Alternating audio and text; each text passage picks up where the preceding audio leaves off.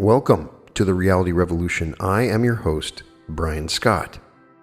This is going to be a wonderful day. We are going to read The Impersonal Life by Sieber Benner. Now, it's likely you haven't even heard that. I am blown away by this book. I recently discovered it.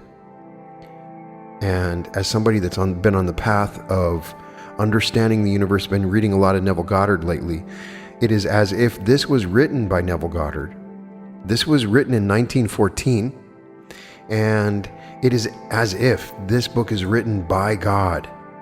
There is something blessed about this book.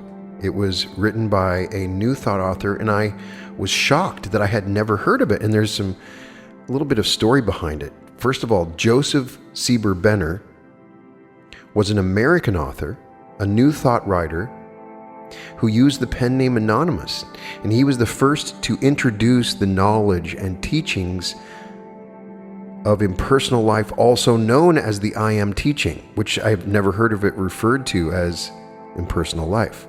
So it's the I Am teaching. The Impersonal Life, published in 1914. He has also got a book, The Way Out, and I'm probably going to read that one as well, and several others. He was born in Ohio, according to what I found in the research, and he died on September 24th, 1938. He was a spiritual writer. Jon Klimo said by 1960, Benner said he felt he could no longer resist the growing inclination to give himself over as a vehicle to a larger presence, to his mind, to be subsumed by a larger mind or being. His book, The Impersonal Life, contained words Benner believed were recorded directly from God and was first published in July 1914. Benner taught that Christ proclaiming I Am indicated the true spirit that resides in every human being. The Sun Center was an Ohio group formed in 1920 around Benner's teachings, and one of the group's practices was to enter into the silence, stillness, and peace each day at noon. Sound familiar? As Neville Goddard always ended, let us go into the silence. Benner also made a series of lessons called the Inner Life Courses. He intended to develop discipline in life, discernment, and the awakening of the Christ within the soul. In his writing, Benner expresses the New Thought concept that we are all one with God, that we are God, and that God endows each of us with the power to create our experiences and reality by means of sustained, believed thoughts. His book, The Impersonal Life, which we're about to read, is difficult for many persons who are new to this theory. In the first chapter, Benner repeatedly uses the phrase, I am, to express the concept that God is inside of each one of us, doing the thinking and creating. This is an ancient belief reflected in the Bhagavad Gita, and as we have recently been discussing, Neville Goddard teaches us about imagination because he's teaching that same thing. However, it is still new to many Christians and can be a difficult concept for many to accept. It still is. Whenever I read the Neville Goddard, I still get resistance and people emailing me saying that it's ridiculous to say that I am God. Benner seems to be using this first chapter as a litmus test when I'm reading it to drive off the listeners and readers who are not committed to his premise that we are all one with each other and with God. It is only after the first difficult chapter that he reveals the true kernel of his theory, that a believed, sustained thought has the power to create. Benner describes the process in accordance with definiteness with which the picture of the idea is held in the mind, and to the extent to which the idea possesses the personality does its creative power, impelled by desire, proceed with its work. When the word is spoken, either silently or audibly, consciously or unconsciously, the substance at once begins to materialize itself by first directing and controlling the consciousness and all of the activities of both mind, body, and of the minds and all bodies connected with or related to the idea. For remember, all consciousness and all minds and all bodies are mine and are not separated but are one. Does that sound familiar? Perhaps this had some influence on Neville Goddard in some way, shape, or form. You never know. He's containing that sustained believed image projected into the universal mind has the ability to control not just one's own thoughts and behaviors, but the thoughts and behaviors of all humanity, causing the image to ultimately become reality to the person projecting that image. Everybody is you pushed out, in theory, at the beginning. Now, this other book, The Way Out, which we'll talk about, is like a textbook to the law of attraction. And I almost read that first, but this is going to be so much fun to read. And the final note that's really exciting. Elvis Presley was a huge fan of this book. And it was his favorite book. He was introduced to the book by his hairdresser turned guru, Larry Geller, in 1964. And I read that in the last 13 years of his life, Elvis gave away hundreds of copies of this book. According to biographer Jess Stern, he gave away spiritual books by the score. It was nothing for him to buy 100 copies of the Impersonal Life and give them away to the first 100 people he saw. According to biographer Albert Goldman, Elvis allegedly had a copy of the book with him on the night he died. So think about this. Have you ever heard that book? For me, it's a Mandela effect because I own a bookstore. So I had not had access or sold this book. I have used books coming in all the time. And when I started reading it, I was blown away. So sit back and prepare to get blown away by this old book that is talking about what we have been talking about all along in such a powerful way that it will be as if God is speaking to you directly. And there are incredible lessons to be learned from this beautiful text. My jaw dropped when I read this, and I can't wait to read it to you. The Impersonal Life by Sieber Benner, first published 1914. Chapter 1, I Am.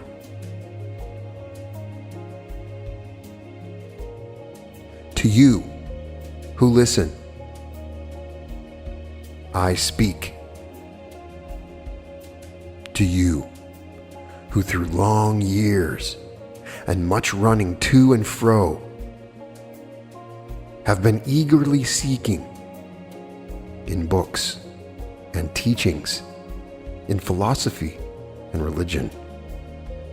For you know not what truth, happiness, freedom, God. To you whose soul is weary and discouraged and almost destitute of hope. To you who many times have obtained a glimpse of that truth only to find, when you followed and tried to reach it, that it disappeared in the beyond and was but the mirage of the desert. To you who thought you had found it in some great teacher who was perhaps the acknowledged head of some society, fraternity, or religion, and who appeared to you to be a master. So marvelous was the wisdom he taught and the works he performed, only to awaken later to the realization that that master was but a human personality with faults and weaknesses and secret sins, the same as you. Even though that personality may have been a channel through which were voiced many beautiful teachings, which seem to you the highest truth. And here you are, soul aweary and unhungered, and not knowing where to turn to you. I am come. Likewise to you, who have begun to feel the presence of that truth within your soul, and seek the confirmation of that which of late has been vaguely struggling for living expression within. Yes, to all you who hunger for the true bread of life, I am come. Are you ready to partake? If so, then arouse yourself, sit up, still your human mind, and follow closely my word herein spoken. Or you will turn away disappointed once more, with the aching hunger still in your heart. I. Who am I? I, who speak with such seeming knowledge and authority. Listen. I am you. That part of you who is and knows, who knows all things, and always knew, and always was. Yes, I am you, yourself. That part of you who says, I am, and is, I am. That transcendent, innermost part of you which quickens within you as you read or listen, which responds to this, my word, which perceives its truth, which recognizes all truth and discards all error wherever found. Not that part which has been feeding on error all these years.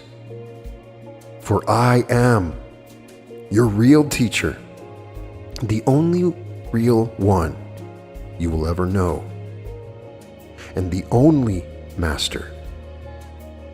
I, your divine self.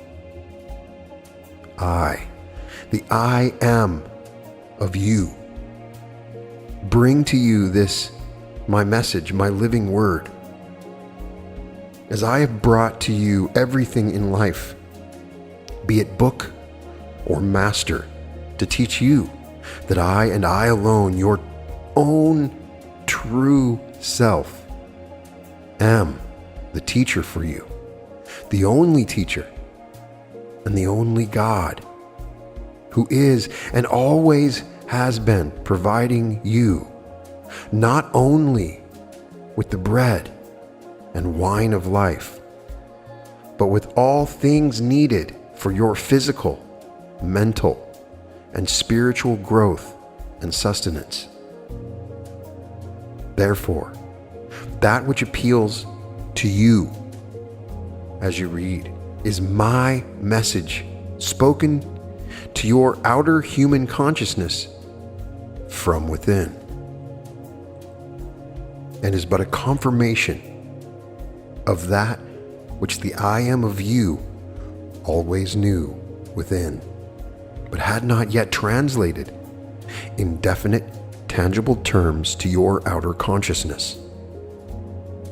Likewise, all that ever appealed to you, coming from some outward expression, was but the confirmation of my word already spoken within. The outward expression was the avenue or means I chose at the time through which to reach and impress your human or self-consciousness. I am not your human mind, nor its child, the intellect. They are but the expression of your being. As you are the expression of my being, they are but phases of your human personality. As you are a phase of my divine impersonality, weigh and study carefully these words. Rise up and free yourself now and for always from the domination of your personality with its self-inflated and self-glorifying mind and intellect. For your mind henceforth must be your servant, and the intellect your slave, if my word is to penetrate to your soul consciousness. I am come now to your soul consciousness, which I have quickened expressly in preparation for the reception of my word. Now, if you are strong enough to bear it, if you can put aside all your private personal fancies, beliefs, and opinions, which are but the rubbish you have gathered from the dumping grounds of others. If you are strong enough to cast them all away, then my word will be to you a source of endless joy and blessing. Be prepared to have this personality of yours doubt my word as you read it all along the way. For its very life is threatened, and it knows it cannot live and thrive and longer dominate your thinking, your feelings, your going and coming. As of old, if you take my word into your heart and permit it there to abide, yes, I am come to you now to make you conscious of my presence. For I have likewise prepared your human mind so that it can, in a measure, comprehend the meaning of me. I have been with you always, but you did not know it. I have purposely led you through the wilderness of books and teachings of religions and philosophies, keeping ever before your soul's eye the vision of the promised land, feeding you with the manna of the desert, that you might remember and value and long for the bread of the Spirit. Now I have brought you to the river Jordan that separates you from your divine heritage. Now, the time has come for you consciously to know me. The time has come for you to cross over into Canaan, the land of milk and honey. Are you ready? Do you want to go? Then follow this my word, which is the ark of my covenant, and you shall go over dry shod. Chapter 2. Be still and know. Now, in order that you may learn to know me, so that you can be sure it is I, your own true self, who speak these words, you must first learn to be still, to quiet your human mind and body and all their activities, so that you no longer are conscious of them. You may not yet be able to do this, but I will teach you how.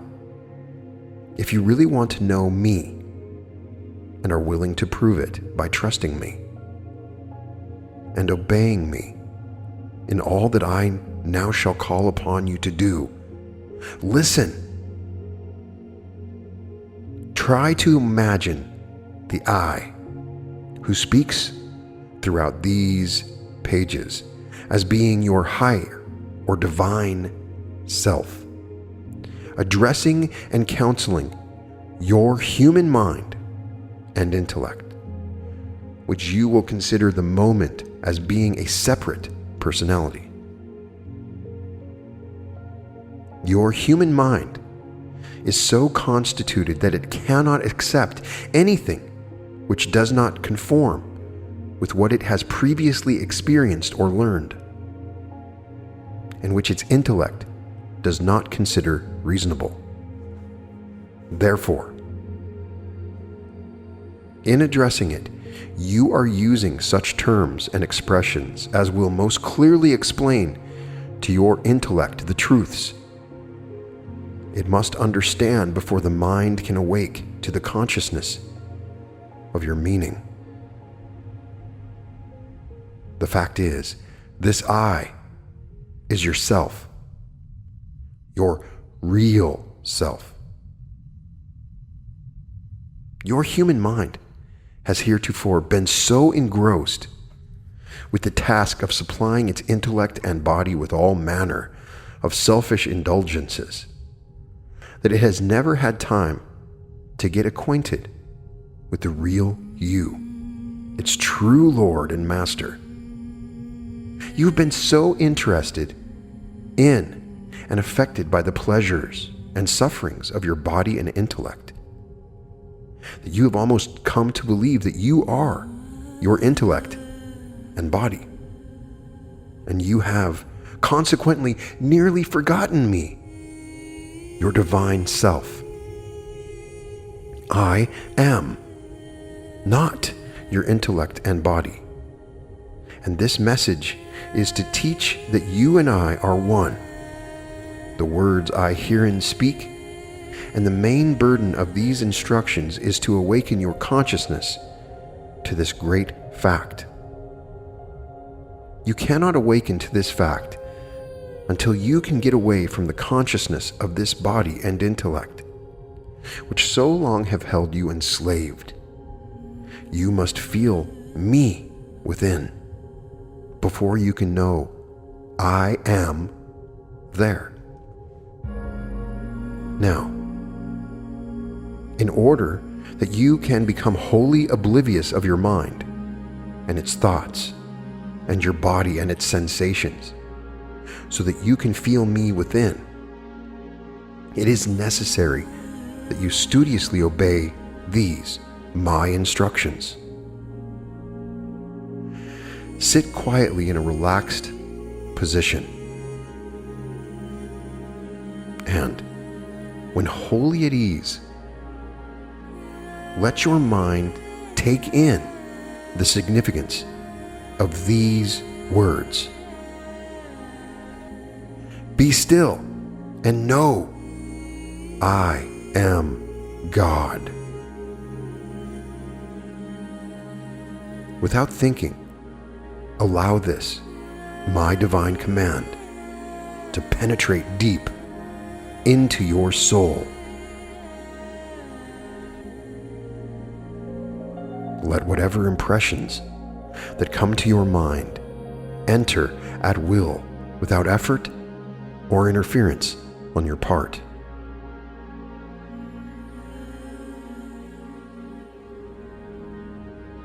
Note carefully their import, for it is I within, through these impressions, instructing you.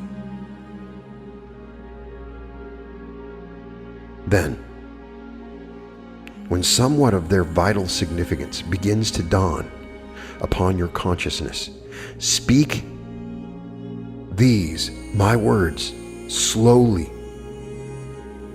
imperatively, to every cell of your body, to every faculty of your mind, with all the conscious power you possess.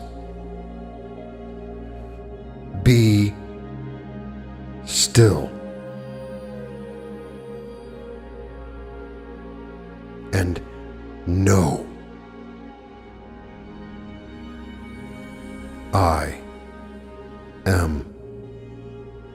God.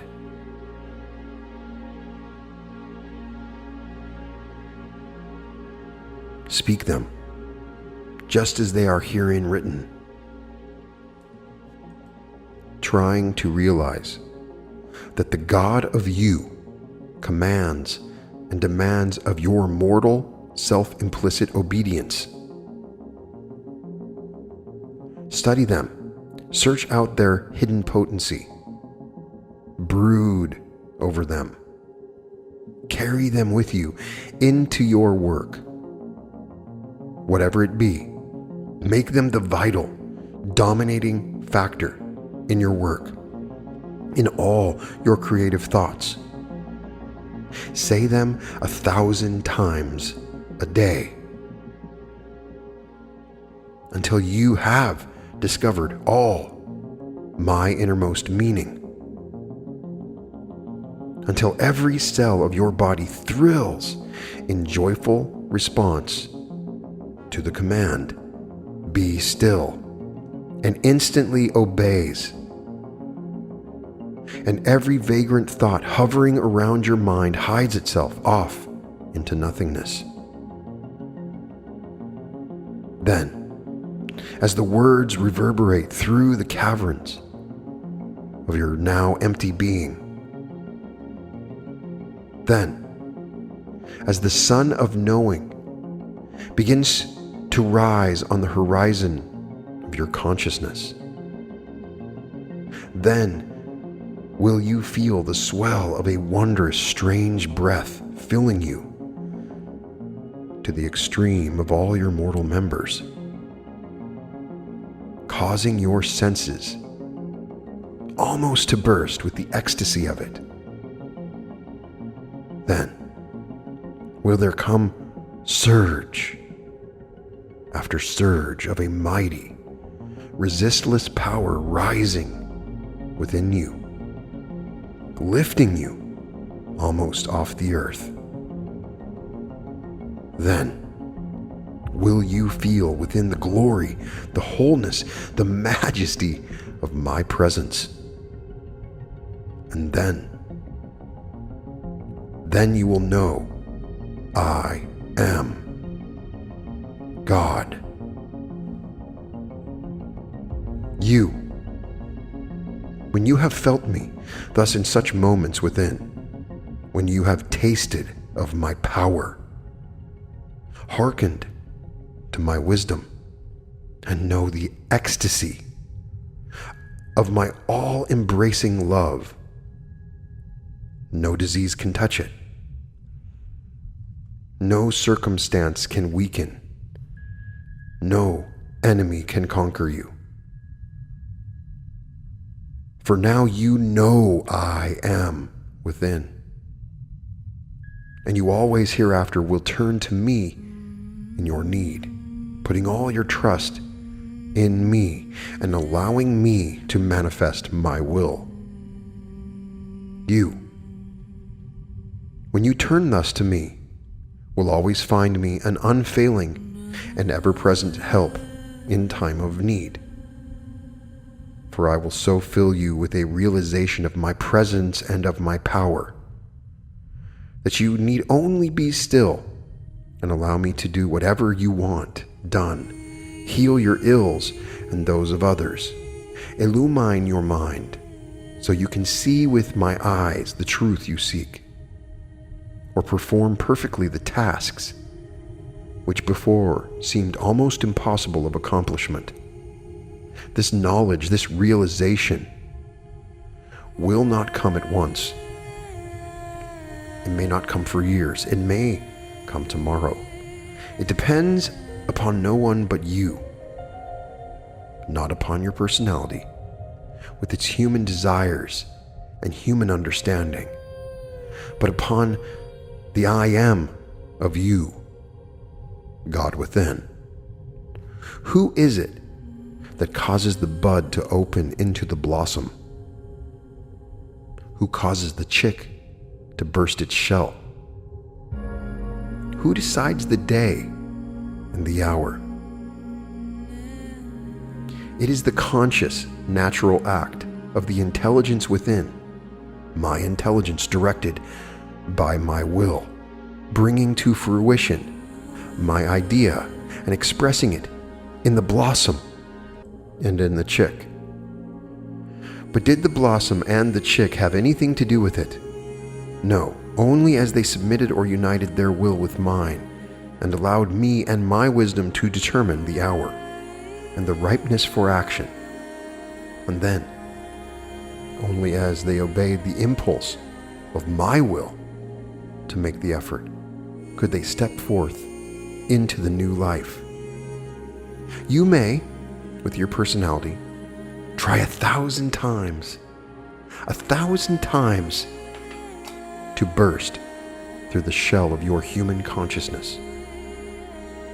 It will result only, if at all, in a breaking down of the doors I have provided between the world of tangible forms and the real intangible dreams, and the door being open, you then no longer can keep out intruders from your private domain without much trouble and suffering. But even through such suffering, you may gain the strength you lack and the wisdom needed to know that not until you yield up all the desires for knowledge, for goodness, yes, for union with me, to benefit self, can you unfold your petals showing forth the perfect beauty of my divine nature, and throw off the shell of your human personality and step forth into the glorious light of my heavenly kingdom. Therefore, I give you these directions now, at the beginning, that you may be learning how to recognize me. For I here promise you, if you follow and strive earnestly to comprehend and obey my instructions herein given, you shall very soon know me. And I will give you to comprehend all of my word, wherever written, in book or teaching, in nature, or in your fellow man. If there is much in what wherein is written that seems contradictory, seek out my real meaning before discarding it. Do not leave a single paragraph or any one thought in it until all that is suggested becomes clear. But in all your seeking and all your striving, let it be with faith and trust in me, your true self within, and without being anxious about results. For the results are all in my keeping, and I will take care of them. Your doubts and your anxiety are but of the personality, and if allowed to persist, will lead only to failure and disappointment. Chapter 3. I, Life, God. If that which you have read has wakened a response within, and the soul of you yearns for more, then you are ready for what follows. If you still question or rebel at the seeming assumption of divine authority for what is herein written, your intellect telling you it is but another attempt to beguile your mind with cunning suggestion and subtle sophistry, then you will receive no benefit from these words, for their meaning is as yet hidden from your mortal consciousness, and my word must come to you through other avenues of expression. It is well if your personality with its intellect impels you thus to question and rebel against authority you do not yet know to be mine. It is really I who cause your personality thus to rebel, for your personality with its proud sense of individuality is still needed by me to develop a mind and body strong enough that they can perfectly express me. Until you have become prepared to know me, it is but natural for your personality thus to question and rebel. Once you recognize my authority. That moment, the undermining of the authority of the personality has begun. The days of its dominion are numbered, and you will more and more turn to me for help and guidance. Therefore, be not dismayed. Read on, and may the recognition will come. But know that you can listen or not as you choose. But if you do it, is really I who choose and not you. For you, who seemingly choose not to listen further, I have plans, and in due season you shall learn that whatever you do or like or desire, it is I, leading you through all the fallacies and illusions of the personality, that you may finally awaken to their unreality and then turn to me as the one and only reality. Then these words will find a response within. Be still and know I am God. Yes, I am that innermost part of you that sits within and calmly waits and watches, knowing neither time nor space. For I am the eternal and fill all space. I watch and wait for you to be done with your petty human follies and weaknesses, with your vain longings, ambitions, and regrets, knowing that will come in time. And then you will turn to me, weary, discouraged, empty, and humble, and ask me to take the lead, not realizing that I have been leading you all the time. Yes, I sit here within, quietly waiting for this. Yet while waiting, it was really I who directed all your ways, who inspired all your thoughts and acts, impersonally utilizing and manipulating each so as, eventually, to bring you and my other human expressions to a final conscious recognition of me. Yes, I have been within always, deep within your heart. I have been with you through your joys and heartaches, your successes and mistakes, through your evil doing, your shame, your crimes against your brother and against God, as you thought. Whether you went straight ahead or straight aside or stepped backward, it was I who brought you through. It was I who urged you on by the glimpse of me in the dim distance. It was I who lured you by a vision of me in some bewitching face, or beautiful body, or intoxicating pleasure, or overpowering ambition. It was I who appeared before you within the garb of sin, or weakness, or greed, or sophistry, and drove you back into the arms of conscience, leaving you to struggle in its shadowy grasp, until you awakened to its impotence, rose up in disgust, and, in the inspiration of a new vision, tore off my mask. Yes, it is I who cause you to do all things, and if you can see it, it is I who do all things that you do, and all things that your brother does, for that in you and in him, which is I, myself, for I am life. I am the innermost, the spirit, the animating cause of your being, of all life, of all living things, both visible and invisible. There is nothing dead, for I, the impersonal one, am all there is. I am infinite and wholly unconfined. The universe is my body. All the intelligence there is emanates from my mind. All the love there is flows from my heart. All the power there is but my will in action. The threefold force manifesting as all wisdom, all love, all power, or if you will, as light, heat, and energy.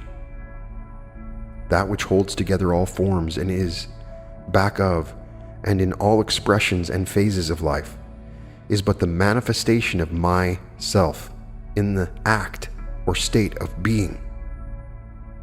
Nothing can be without manifesting and expressing some phase of me,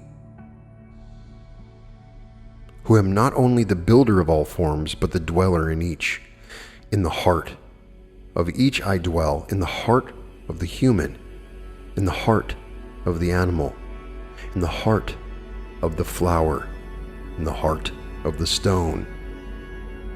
In the heart of each I live and move and have my being, and from out the heart of each I send forth that phase of me I desire to express, and which manifests in the outer world as a stone, a flower, an animal, a man.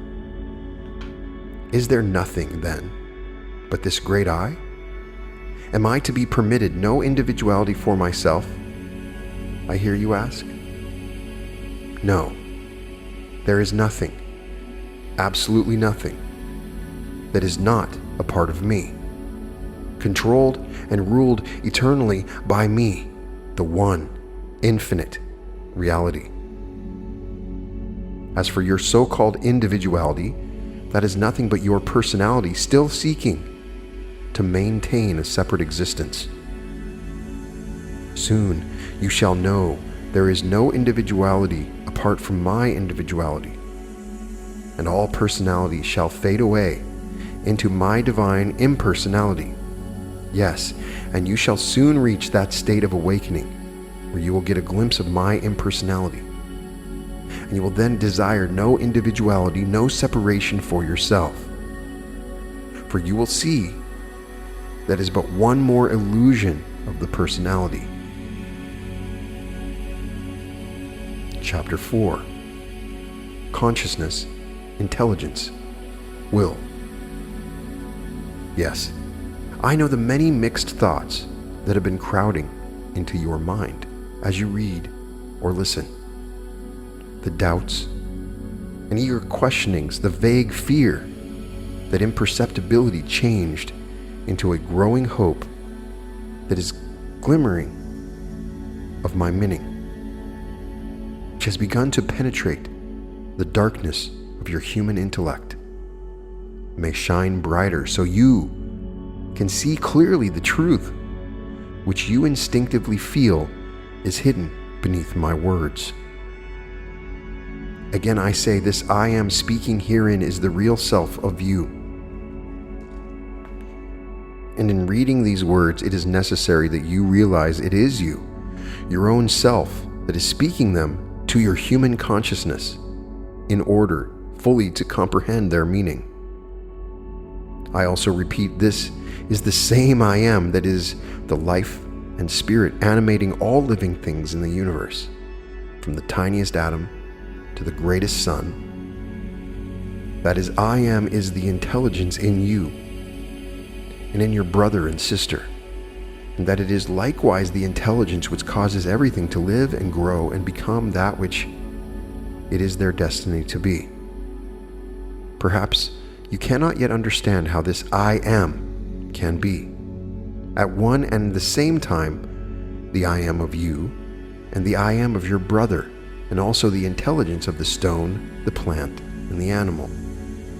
You will see this, however, if you follow these my words and obey the instructions herein given.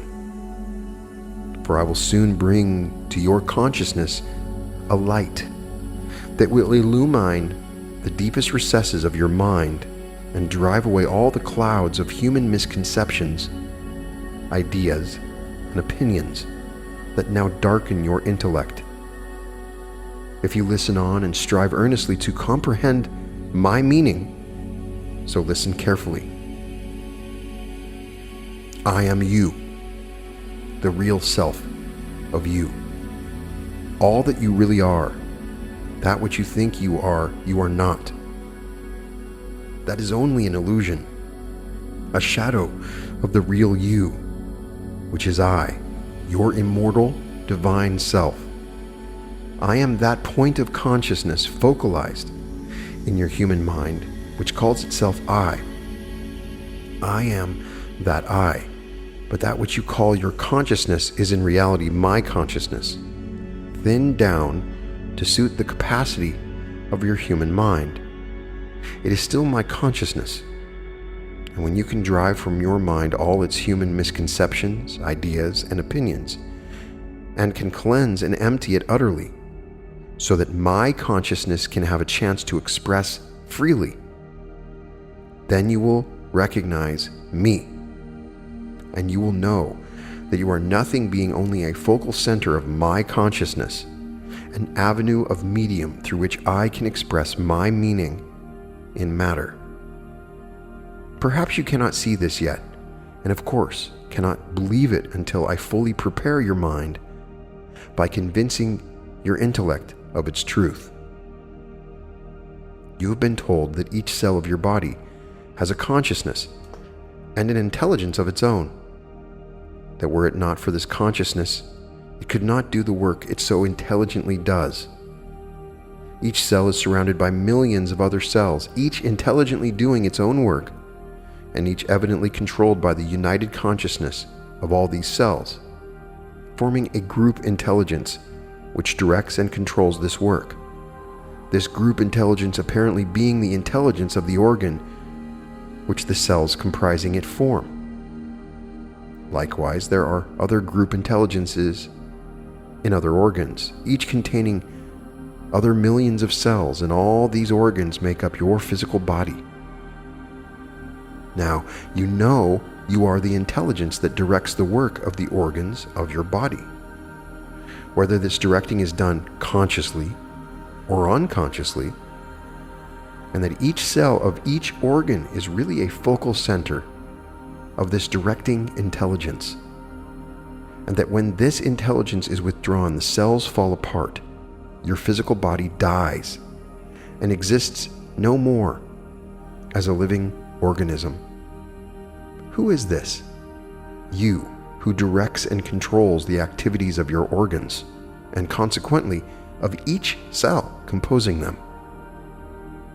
You cannot say it is your human or personal self who does this, for you of yourself consciously can control the action of scarcely a single organ of your body.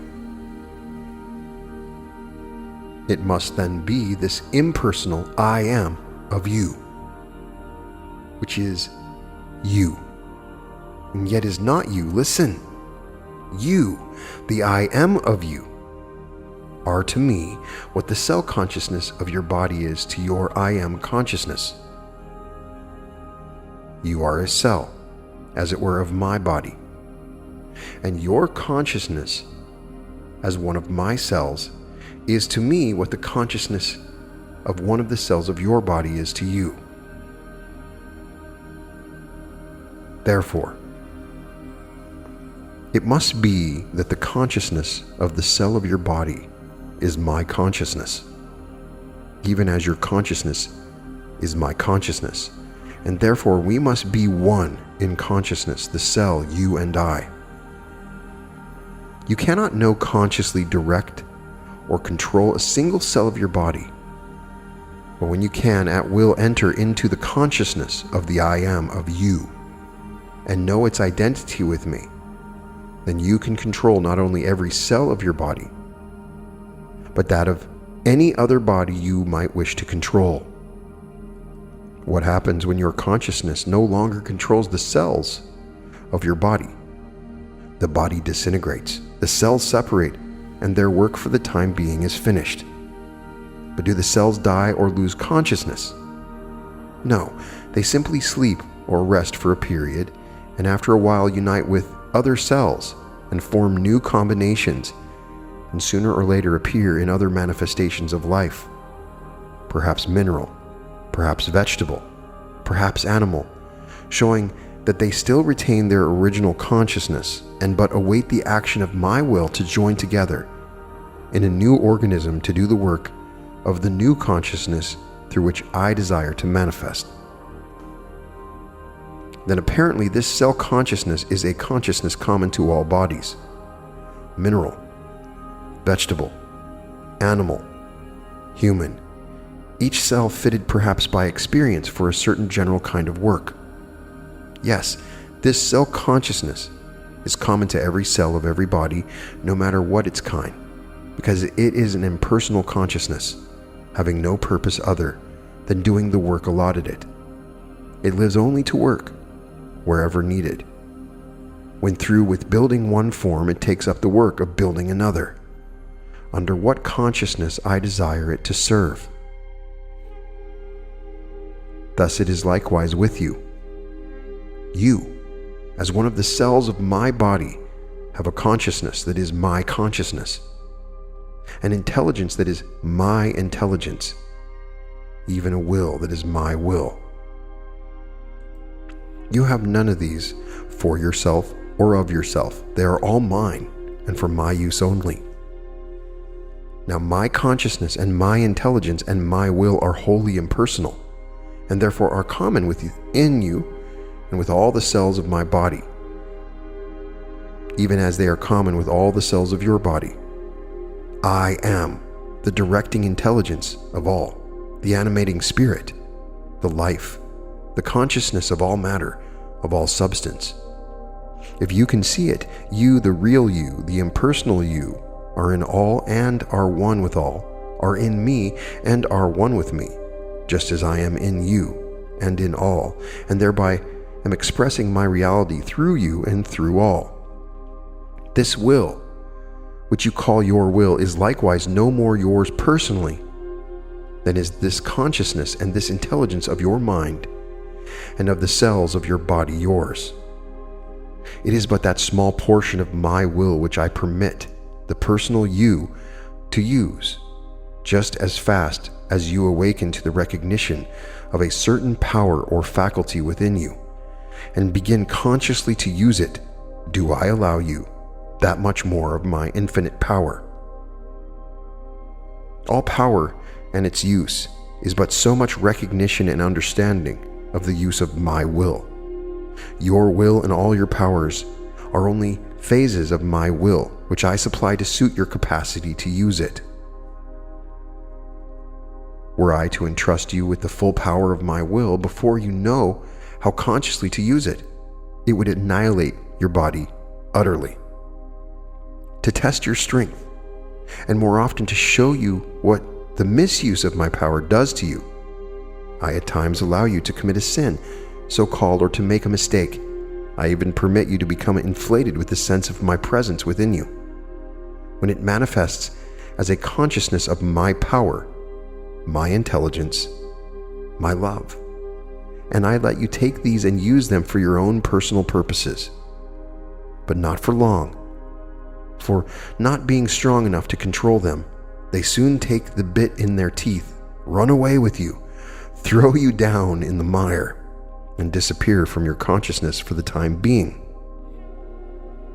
Always, I am there to pick you up after the fall, although you do not know it at the time, first straightening you out and then starting you onward again, by pointing out the reason for your fall, and finally, when you are sufficiently humbled, causing you to see that these powers accruing to you by the conscious use of my will, my intelligence, and my love are allowed you only for use in my service and not at all for your own personal ends. Do the cells of your body, the muscles of your arm, think to set themselves up as having a separate will from your will, or a separate intelligence from your intelligence?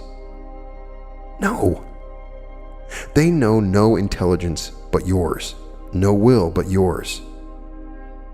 After a while, it will be that you will realize you are only one of the cells of my body, and that your will is not your will but mine. That what consciousness and what intelligence you have are mine wholly, And there is no such person as you personally being only a physical form containing a human brain, which I created for the purpose of expressing in matter and idea a certain phase of which I could express best only in that particular form. All this may be difficult for you now to accept, and you may protest very strenuously that it cannot be, that every instinct of your nature rebels against such yielding and subordinating yourself to an unseen and unknown power, however impersonal or divine. Fear not. It is only your personality that thus rebels.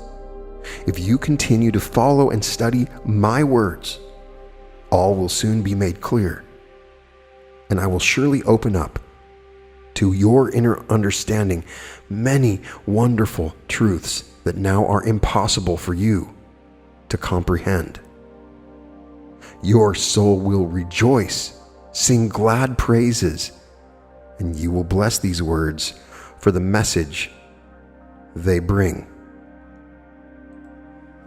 Chapter 5. The Key. Now you may not yet know I am, or believe that I am really you, or that I am likewise your brother and your sister, and that you are parts of me and one with me. You may not realize that the souls of you and your brother and sister, the only real and imperishable parts of the mortal you, are but different phases of me in expression in what is called nature.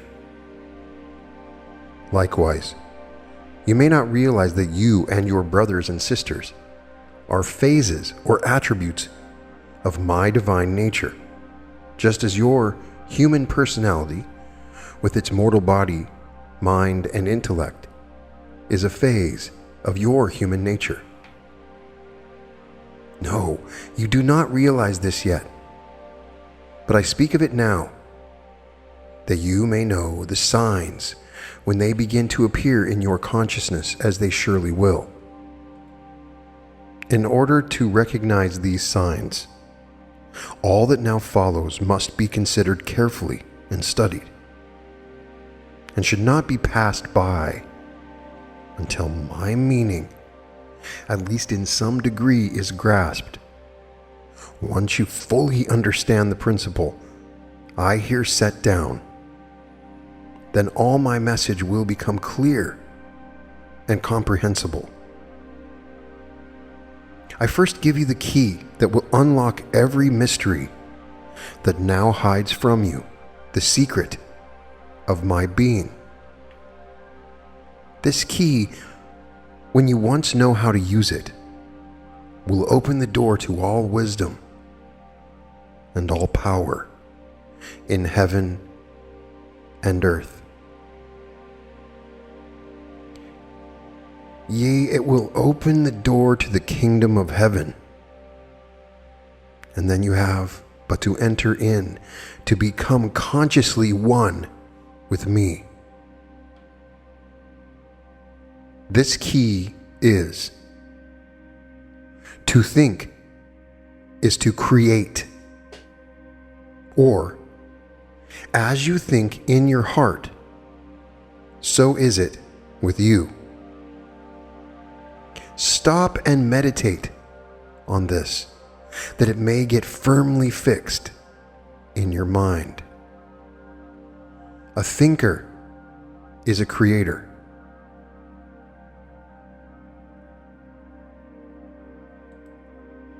A thinker lives in a world of his own conscious creation. When you once know how to think, you can create at will anything you wish, whether it be a new personality, a new environment, or a new world. Let us see if you cannot grasp some of the truths hidden and controlled by this key. You have been shown how all consciousness is one, and how it is all my consciousness, and yet is also yours and likewise that of the animal, the plant, the stone, and the invisible cell. You have seen how this consciousness is controlled by my will, which causes the invisible cells to unite and form the various organisms for the expression and use of the different centers of intelligence through which I desire to express. But you cannot yet see how you can direct and control the consciousness of the cells of your own body, not to speak of those of other bodies. Even if you and I, and they are all one in consciousness and intelligence. By paying special attention to what follows, however, you now may be enabled to see this.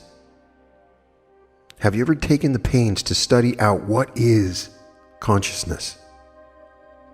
How it seems to be an impersonal state of awareness, of waiting to serve or to be directed or used by some power latent in and intimately related to itself. How man seems to be merely the highest type of organism containing this consciousness, which is directed and used by this power within itself. That this power latent in man's consciousness and in all consciousness is nothing but will, my will. For you know that all power is but manifestation of my will. Now you have been told that in the beginning I created man in my image and likeness, after which I breathed into him the breath of life, and he became a living soul. By creating man in my image and likeness, I created an organism capable of expressing all of my consciousness and all of my will, which means likewise all of my power, my intelligence, and my love. I therefore made it perfect in the beginning, patterning it after my own perfection. When I breathed into man's organism my breath, it became alive with me. For then it was I breathed into it my will, not from without, but from within, from the kingdom of heaven within, where always I am.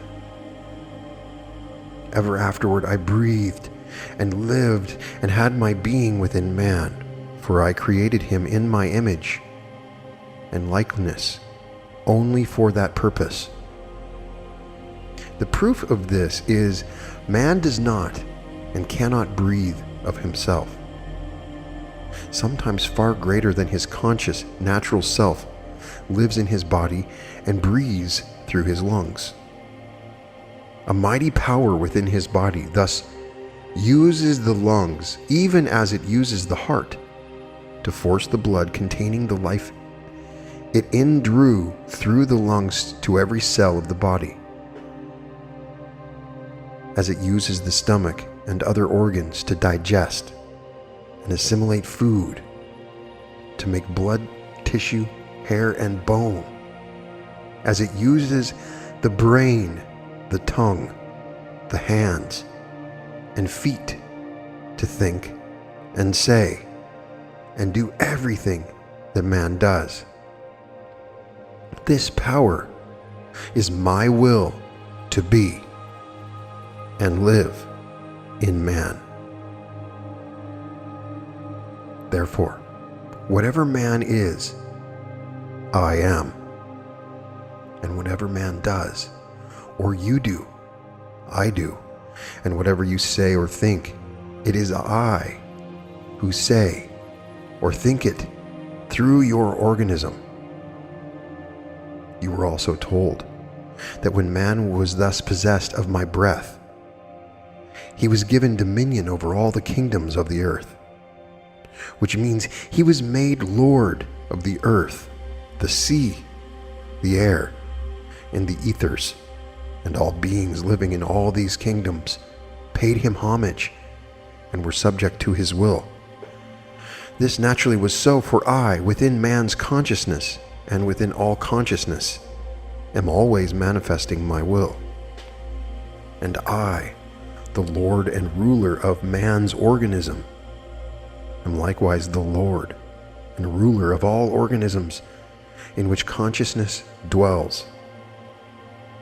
As all consciousness is my consciousness, and it dwells wherever there is life, and as there is no substance in which there is not life, then my consciousness must be in everything, in earth, water, air, and fire, and therefore must fill all space.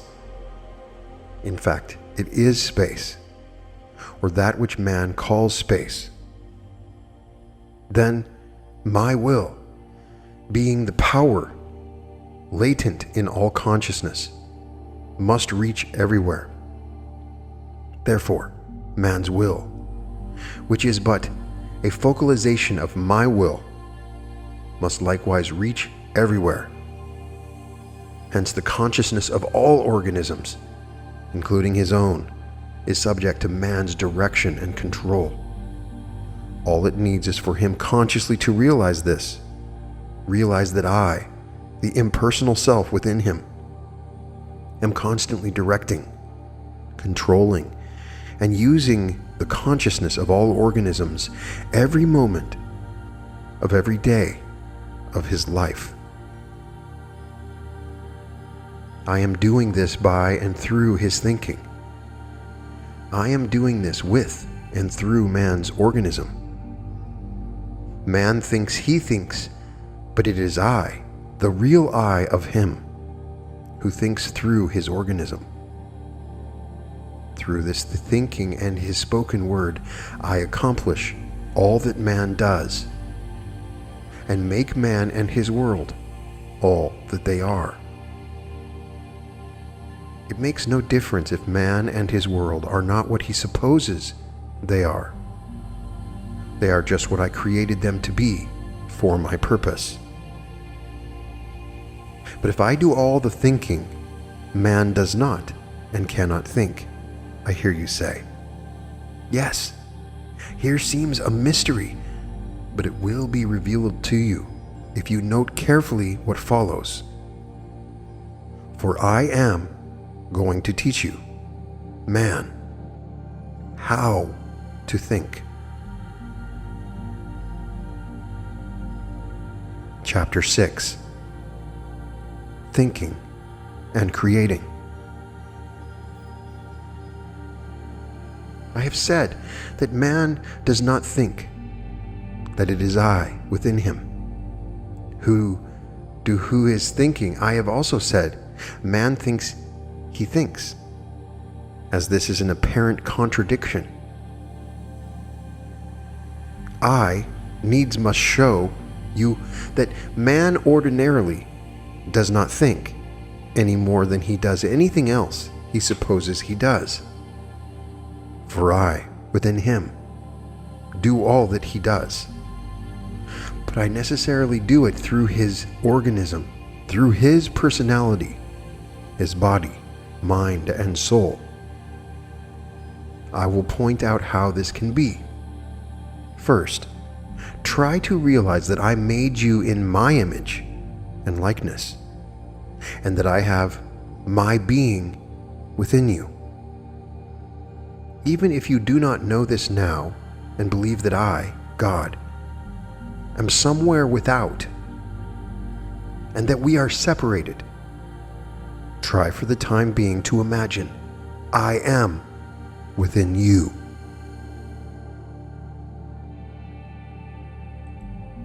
Next, realize that which you do when you think is not real thinking, because it is not conscious thinking. For you are unconscious of me, the inspirer and director of every idea and thought that enters your mind. Next, realize because I am within you, and you are my image and likeness, and therefore possess all of my faculties, you have the power of thinking, but not being conscious that thinking is creating, and that it is one of my divine powers you are using. You have indeed all your life been thinking, but it has all been misthinking, or what you would call error thinking. And this error thinking, this not knowing it is my power you have been thus misusing, has been separating you in consciousness farther and farther from me, but all the time fulfilling my purpose, which later on will be made manifest to you. The proof of this is you think you are separated from me, that you are living in a material world, that your body of flesh engenders and harbors pleasure and pain, and that an evil influence called the devil is manifesting in the world opposing my will. Yes, you think all these things are so. They are to you, for all things are to man's mortal consciousness. What he thinks or believes, they are. I have likewise caused them to appear to man to be what he thinks they are. This also is to suit my purpose and to fulfill the law of creating. Let us see if this is not true. If you believe a thing is so, is not that thing really so to you? Is it not true that a thing seems real to you, like some sin or evil, so-called, some sorrow, trouble, or worry, only because your thinking or believing it so makes it such? Others might see that thing entirely different and might think your view of it is foolish. Might they not? If this is true, then your body, your personality, your character, your environment, your world are what they appear to be to you, because you have thought them into their present status. Therefore, you can change them by the same process.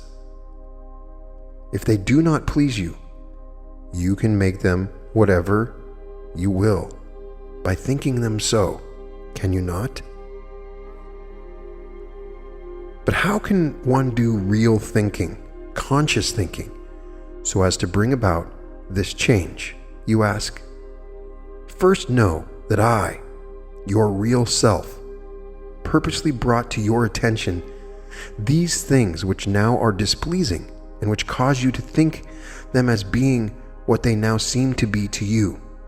I, and I alone, am thus preparing your human mind so that when you turn within to me in abiding faith and trust, I can enable you to see and bring into outer manifestation the reality of these things which now seem so unsatisfactory. For I bring to you everything that by its outer seeming can attract or lure your human mind onward in its earthly search, in order to teach you of the illusoriness of all outer appearance of material things to the human mind, and of the fallibility of all human understanding, so that you will turn finally within to me and my wisdom as the one and only interpreter and guide. When you have turned thus within to me, I will open your eyes and cause you to see that the only way you can ever bring about this change in thinking is by first changing your attitude toward all these things you now think are not what they ought to be. That is, if they are unsatisfactory or obnoxious to you and affect you so as to cause your discomfort of body or disturbance of mind. Why stop thinking that they can so affect or disturb you? For who is the master? Your body, your mind, or you? The I am within. Then why not show you are master by thinking the true things the I am of you within wishes you to think? It is only by your thinking these other things, by allowing these inharmonious thoughts to enter your mind, and by so doing giving them the power so to affect or disturb you, that they have any such influence over you.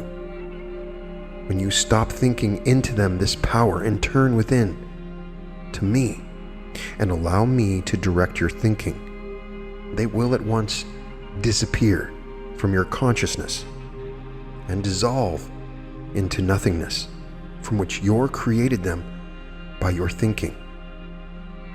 When you are willing to do this, then, and then only, are you ready to receive truth.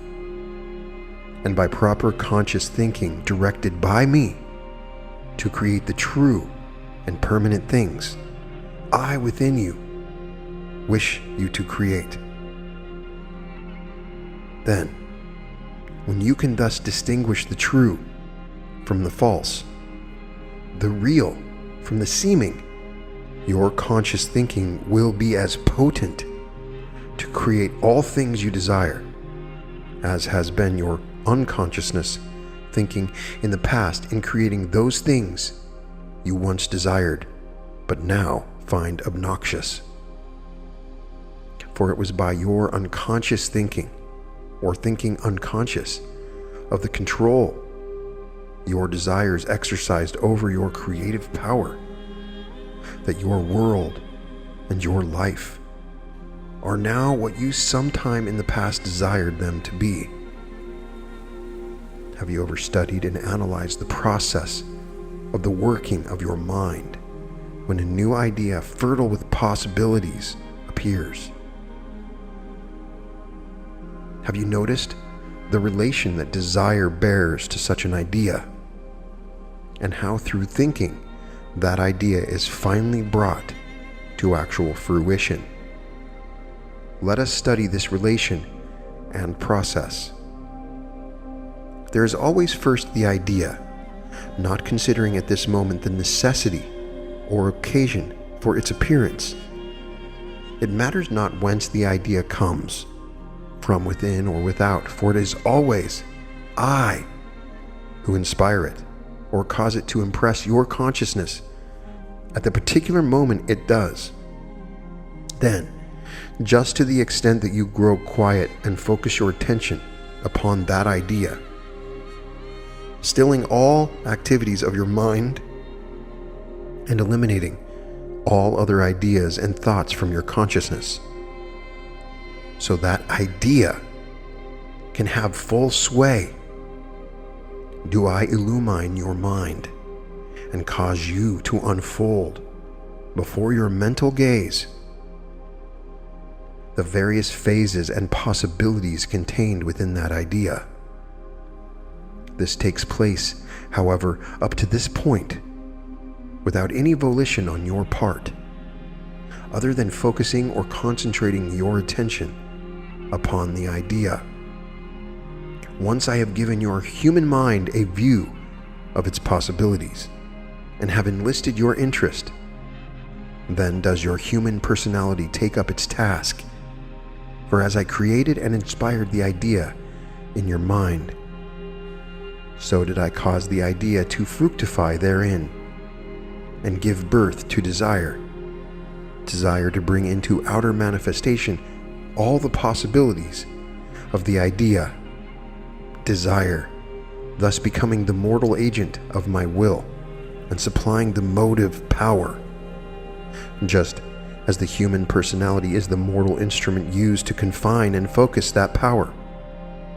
Yes, all ideas and all desires come thus from me.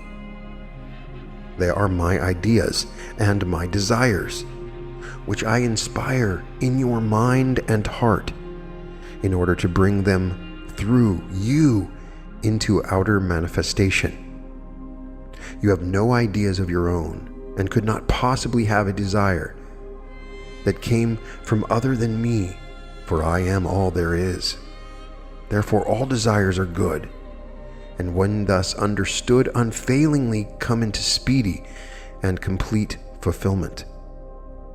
You may wrongly interpret my desires, my urges from within, and seek to use them for your own selfish purpose.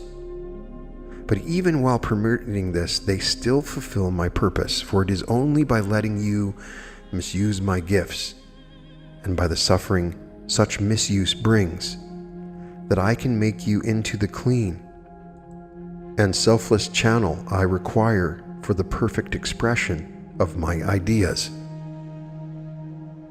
We have, then, first, the idea in the mind, then the desire to bring the idea into outer manifestation. So much for the relation.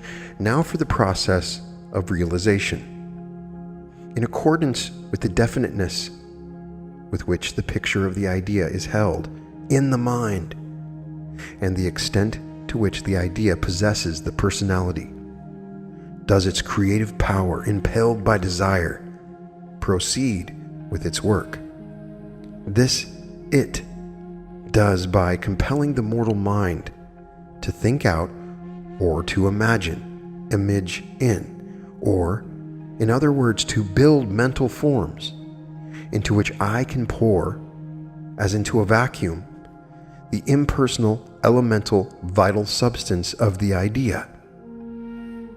When the word is spoken, either silently or audibly, consciously or unconsciously, this substance at once begins to materialize itself by first directing and controlling the consciousness and all the activities of both mind and body, and of all minds and all bodies connected with or related to the idea. For remember, all consciousness and all minds and all bodies are mine, and are not separated, but are one and wholly impersonal, and then so attracting, directing, shaping and molding conditions, things and events that sooner or later the idea actually comes forth into definite, tangible manifestation. So it is that everything, every condition, every event that has ever transpired was first an idea in the mind. It was by desiring, by thinking, and by speaking forth the word that these ideas came into visible manifestation. Think this out and prove it for yourself. This you can do, if you will, by taking any idea that comes and follow it out through the above process to realization, or by tracing back any feat you have accomplished, any picture you have painted, any machine you have invented, or any particular thing or condition now existing to the idea from which it sprang. This is the plan and process of all true thinking, and therefore of all creation. Listen. You have now and always have had, through this power of thinking, dominion over the kingdoms of the earth. If you but know it, you have now, this moment, only to think and speak the word, realizing your power, and that I, God, your omniscient, omnipresent, omnipotent self, will bring about the results, and the waiting consciousness of the invisible cells of all matter upon which your will and attention become focused, which waiting consciousness is my consciousness, remember, will begin immediately to obey and do exactly according to the image or plans you have prepared by your thinking. For all things are made by the Word, and without the Word was not anything made that was made. When you can once realize this, and can know that I am consciousness within you, is one with the consciousness of all animate and inanimate matter, and that its will is one with your will, which is my will, and that all your desires are my desires, then will you begin to know and feel me within, and will acknowledge the power and glory of my idea, which is eternally expressing itself impersonally through you. But it is first wholly necessary that you learn how to think, how to know your thoughts, those directed by me, from the thoughts of others, how to trace thoughts back to their source, and to banish undesirable ones at will from your consciousness. And finally, how to control and utilize your desires so that they will always serve you instead of your being a slave to them. You have within you all possibilities, for I am there. My idea must express, and it must express through you. It will express itself perfectly if you but let it. If you will only still your human mind, put aside all personal ideas, beliefs, and opinions, and let it flow forth. All you need to do is turn within to me and let me direct your thinking and your desires. Let me express whatever I will, you personally accepting and doing what I desire you to do. Then will your desires come true, your life become one grand harmony, your world a heaven, and yourself one with myself. When you have begun to realize this and have glimpsed somewhat of its inner meaning, then you will be ready to grasp the real import of what follows. Chapter 7. The Word. We will now take the key and show you how the plan and process just described is the one by which the world came into existence. How the earth and all that is in it and on it, including yourself and your brothers and sisters, are but the outer manifestations of an idea, my idea, which is now being thought into life expression. I, the Creator, am the original thinker, the one and only thinker. First, know that, as previously stated, man does not think. It is I who think through his organism. Man believes he thinks, but before he was awakened to a realization of me, within he only takes the thoughts I attract to or inspire in his mind, and, mistaking their real meaning and purpose, places a personal construction upon them, and through the selfish desires thus aroused, creates for himself all his troubles and brings upon himself all his woes. These apparent mistakes, misconstructions, and interferences of man are in reality only the obstacles in his way to be overcome, that he may, through the overcoming, finally develop a body and mind strong and clean, and capable enough to express perfectly and consciously this idea of mine, eternally working within his soul.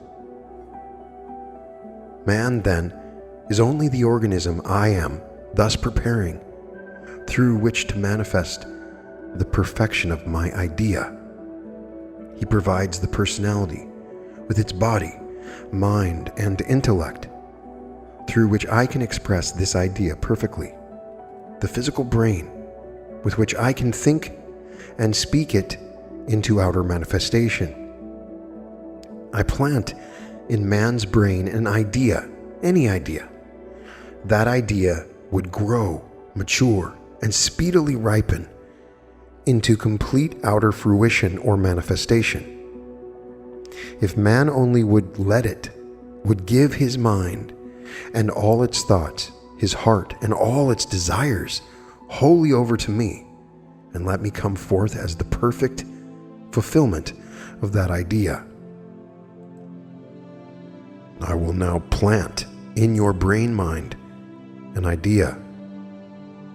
May it grow, mature, and ripen into the glorious harvest of wisdom, which is awaiting you if you let me direct its growth and expression through you. In one of my other revelations called the Bible, you are told much about the Word, but very few, even the most learned Bible students, comprehend my meaning. You are told, in the beginning was the Word, and the Word was with God, and the Word was God. The same was in the beginning with God. All things were made by him by the Word, and without him the Word was not anything made that was made. You shall learn herein how my Word was in the beginning, how it was with me, and how it was I myself, how all things were made by me, and by my Word, and that without me and my Word was nothing made that now exists. Now a word to the human understanding is a symbol of an idea.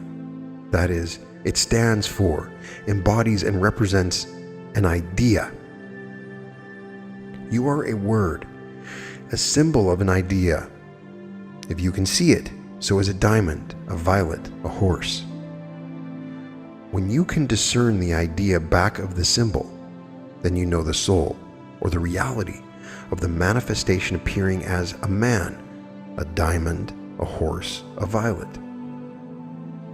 Hence, a word as used in the above quotation means an idea latent and unmanifest, however, waiting to be expressed, or thought and spoken forth in some form or another. The Word that was in the beginning and that was with me was then not only an idea, but it was my idea of myself in expression, in a new state or condition, which you call earth life.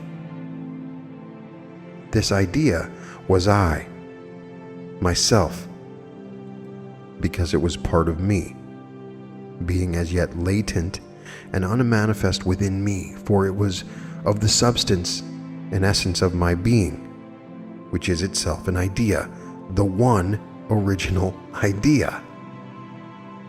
All things were made by me, by the vitalized action of this, my idea, being thought and spoken into expression.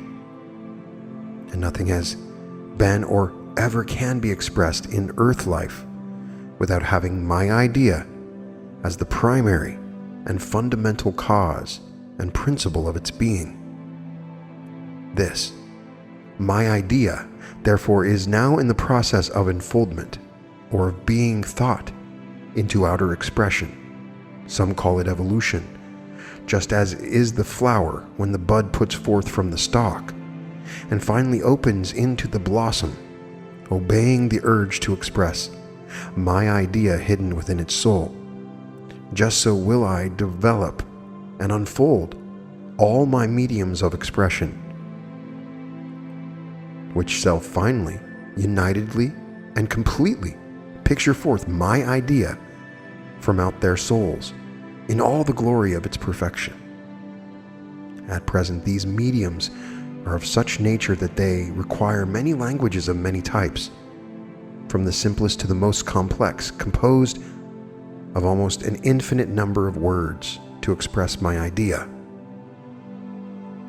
But when I shall have completely thought out my idea, or shall have perfected my many mediums of expression, then shall my idea shine forth in every word, each, in fact, being a perfect part or phrase of my idea, all so chosen and arranged that they will really be as one word, radiating the sublime significance of my meaning.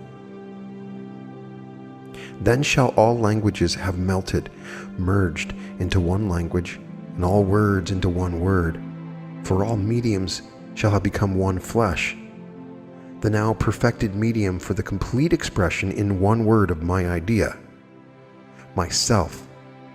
Then shall myself, now capable of being expressed by these perfected words, shine through its medium of expression, through the personalities, their bodies, minds, and intellects. And the words shall have become flesh, or shall be the flesh. This means that all words, through the regenerative power of my idea within, shall have evolved through the flesh, transmuting and spiritualizing it, and making it so transparent and pure that the personality will have nothing more of earth nature left in it to hinder impersonal expression, enabling myself, therefore, to shine forth perfectly and become fully manifest, thus amalgamating once more all words and all flesh into one word, the Word, which was in the beginning, and which then will shine through all created flesh as the Son of Glory, the Christ of God. This is the plan and purpose of my creation, and of all manifested things, a glimpse of the process of my creation, or of my thinking, my idea of myself into earth expression will be given in what follows. Chapter 8. My Idea. You've been told that the earth and all things belonging to it are but the outer manifestations of my idea, which is now in the process of being thought into perfect expression. You have been shown that my idea is responsible for all created things, and that it is both the cause and the reason for all manifestations, yourself and your brothers and sisters included, all of which have been thought into existence by me, the one original thinker and creator. We will now trace the course of that idea from the beginning through its various stages of earth expression, as well as the process of my thinking that idea into its present state of manifestation. In the beginning, at the dawn of a new cosmic day, when the word consciousness was just awakening and the stillness of cosmic night yet prevailed, I, the thinker, conceived my idea.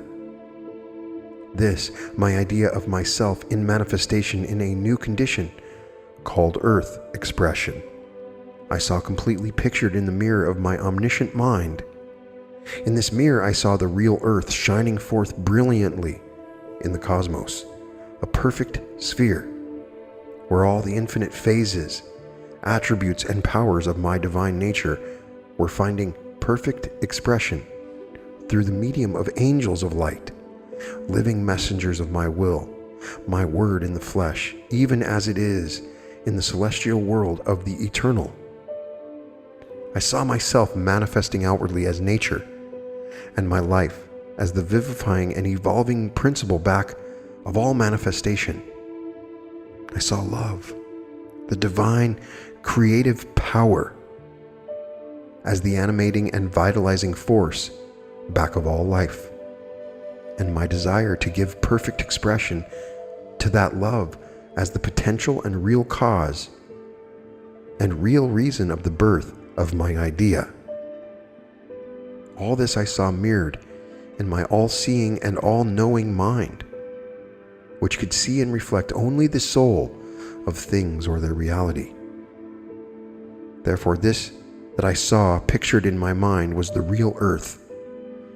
In fact, its beginning, its conception into cosmic being. Now, my consciousness is the inner essence of all space and all life. It is the real substance of my all-comprehending and all-including mind, whose informing and vitalizing center is everywhere, and its limit and circumference nowhere. Within the realm of my mind alone, I live and move and have my being. It both contains and fills all things, and its every vibration and manifestation is but the expression of some phase of my being. Being is expressing or outpressing.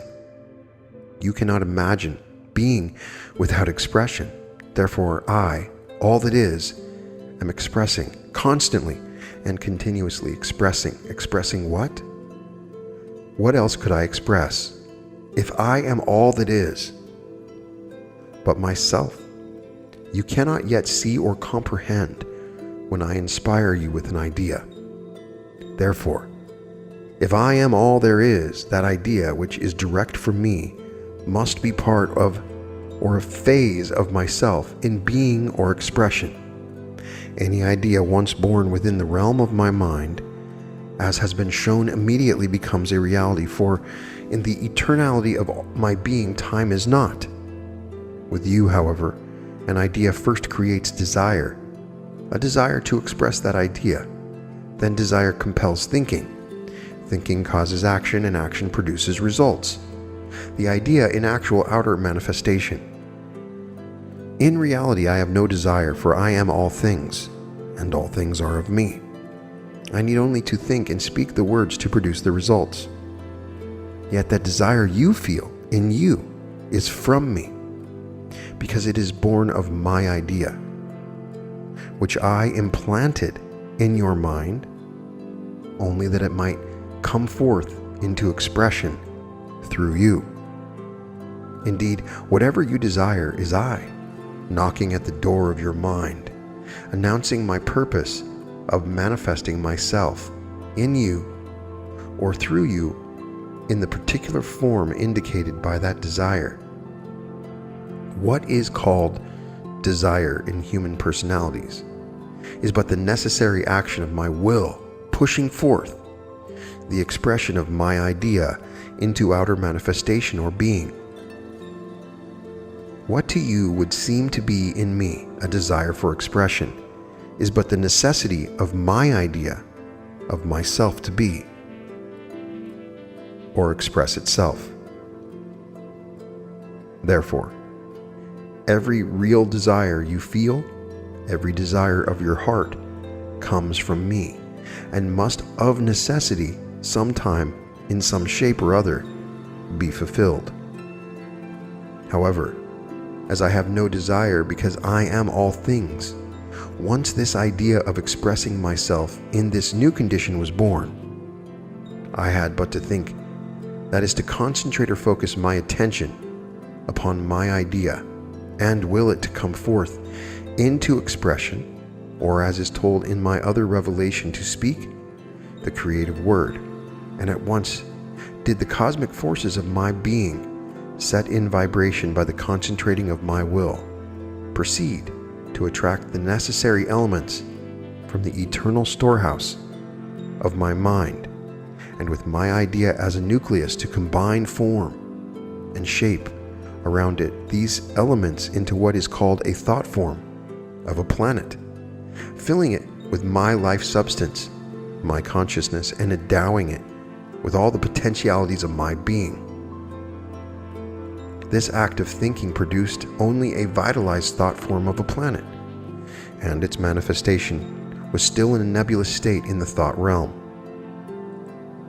From a thought form, however, the quickening power of the idea within, with my will focused upon it, proceeded to mold, fashion, and gradually to solidify into material form the various elements of life substance, until my idea finally shone forth in substantial manifestation in the world of visible forms as the planet Earth, a medium ready for living expression, and now capable of both containing and expressing me. This was the material body prepared by my thinking, in which already dealt all the potential nature of my being by reason of the informing power of my idea within. The next stage was the developing and preparing of avenues or mediums through which I could express the manifold phases, possibilities, and powers of my idea.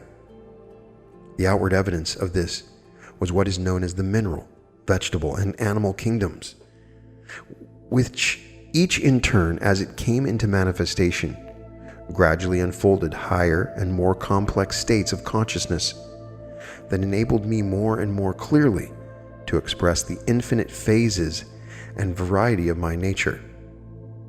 It was at this stage that I looked upon my creation, as stated in my other revelation, and saw that it was good. But there yet remained the final and culminating medium of expression. Up to this point, while each perfectly expressed some phase of my nature, yet all existing mediums and avenues were unconscious of me, and were mediums of expression, only as a wire is a medium for conducting heat, light, and power. The conditions were ripe, however, for the creation of mediums through which my divine attributes could find conscious expression, conscious not only of their relationship to me, but of their ability and power to express my idea. It was at this moment in time that you and your brothers and sisters were born into existence as human expressions, coming into manifestation as you did. Similarly, with all other mediums, in response to my concentrated thought, in which I saw all the infinite variety of my attributes in actual expression, in entitized forms, each manifesting in predominance some particular phase of my being, and each conscious of me, its creator and expresser. I saw you in a perfect expression, even as I see you now, the real you, an attribute of myself perfect, for in reality you are an angel of light, one of my thought rays, an attribute of my being, ensouled in earth conditions with no other purpose, which is no purpose at all, but a necessity of my being, but the final, complete expression of my idea. In the eternal there is no time or space, or individuality, and it is only by reason of the phenomenon of thought being born from the womb of mind into the world of matter that the illusions of time, space, and individuality occur. The thought or creature acquiring the consciousness of separateness from its thinker or creator. So it was then that the first tendency to think yourself as separate from me was born. The complete consciousness of separation did not become established until long after.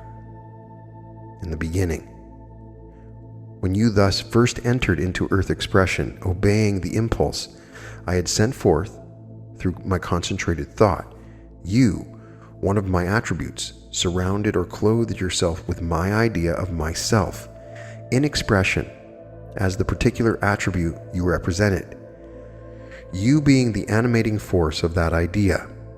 In other words, my idea of myself expressing that particular attribute then became the soul of your particular expression. But that idea or soul is not you. Remember, for you are really a part of me. Being myself in expression through the medium of that particular attribute. Having clothed yourself with my idea, this idea then, through the necessity of its being, immediately began to attract itself the necessary thought substance requisite for the expression of that particular attribute, and to build and shape it into my image and likeness.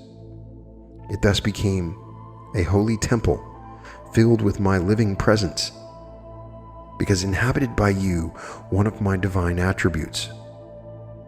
This temple, being in my image and likeness, and composed of my thought, substance, surrounding and clothing my idea, is consequently your real body. It is therefore indestructible, immortal, perfect. It is my complete, imagined thought containing my living essence, imagined in, awaiting the time when it can come into outer expression and take on material form. So now we have, first, I am, expressing as you one of my divine attributes. Second, my idea of you, one of my attributes expressing in earth conditions or your soul. Third, my imaged thought of you, forming the temple of your soul or your soul body in which you dwell. These three make up the divine or impersonal part of you, the immortal three-in-one you, my latent yet completely formulated thought shaped in my image and likeness, as yet unquickened and therefore having no connection with your human personality which has not yet been born. Chapter 9. The Garden of Eden. Whether or not you have gotten any clear grasp of what has just been stated, do not discard it as impossible of comprehension.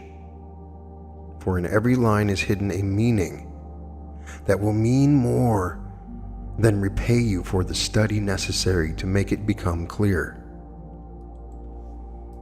This message is to awaken you to a realization of what you are, to a realization of your real self.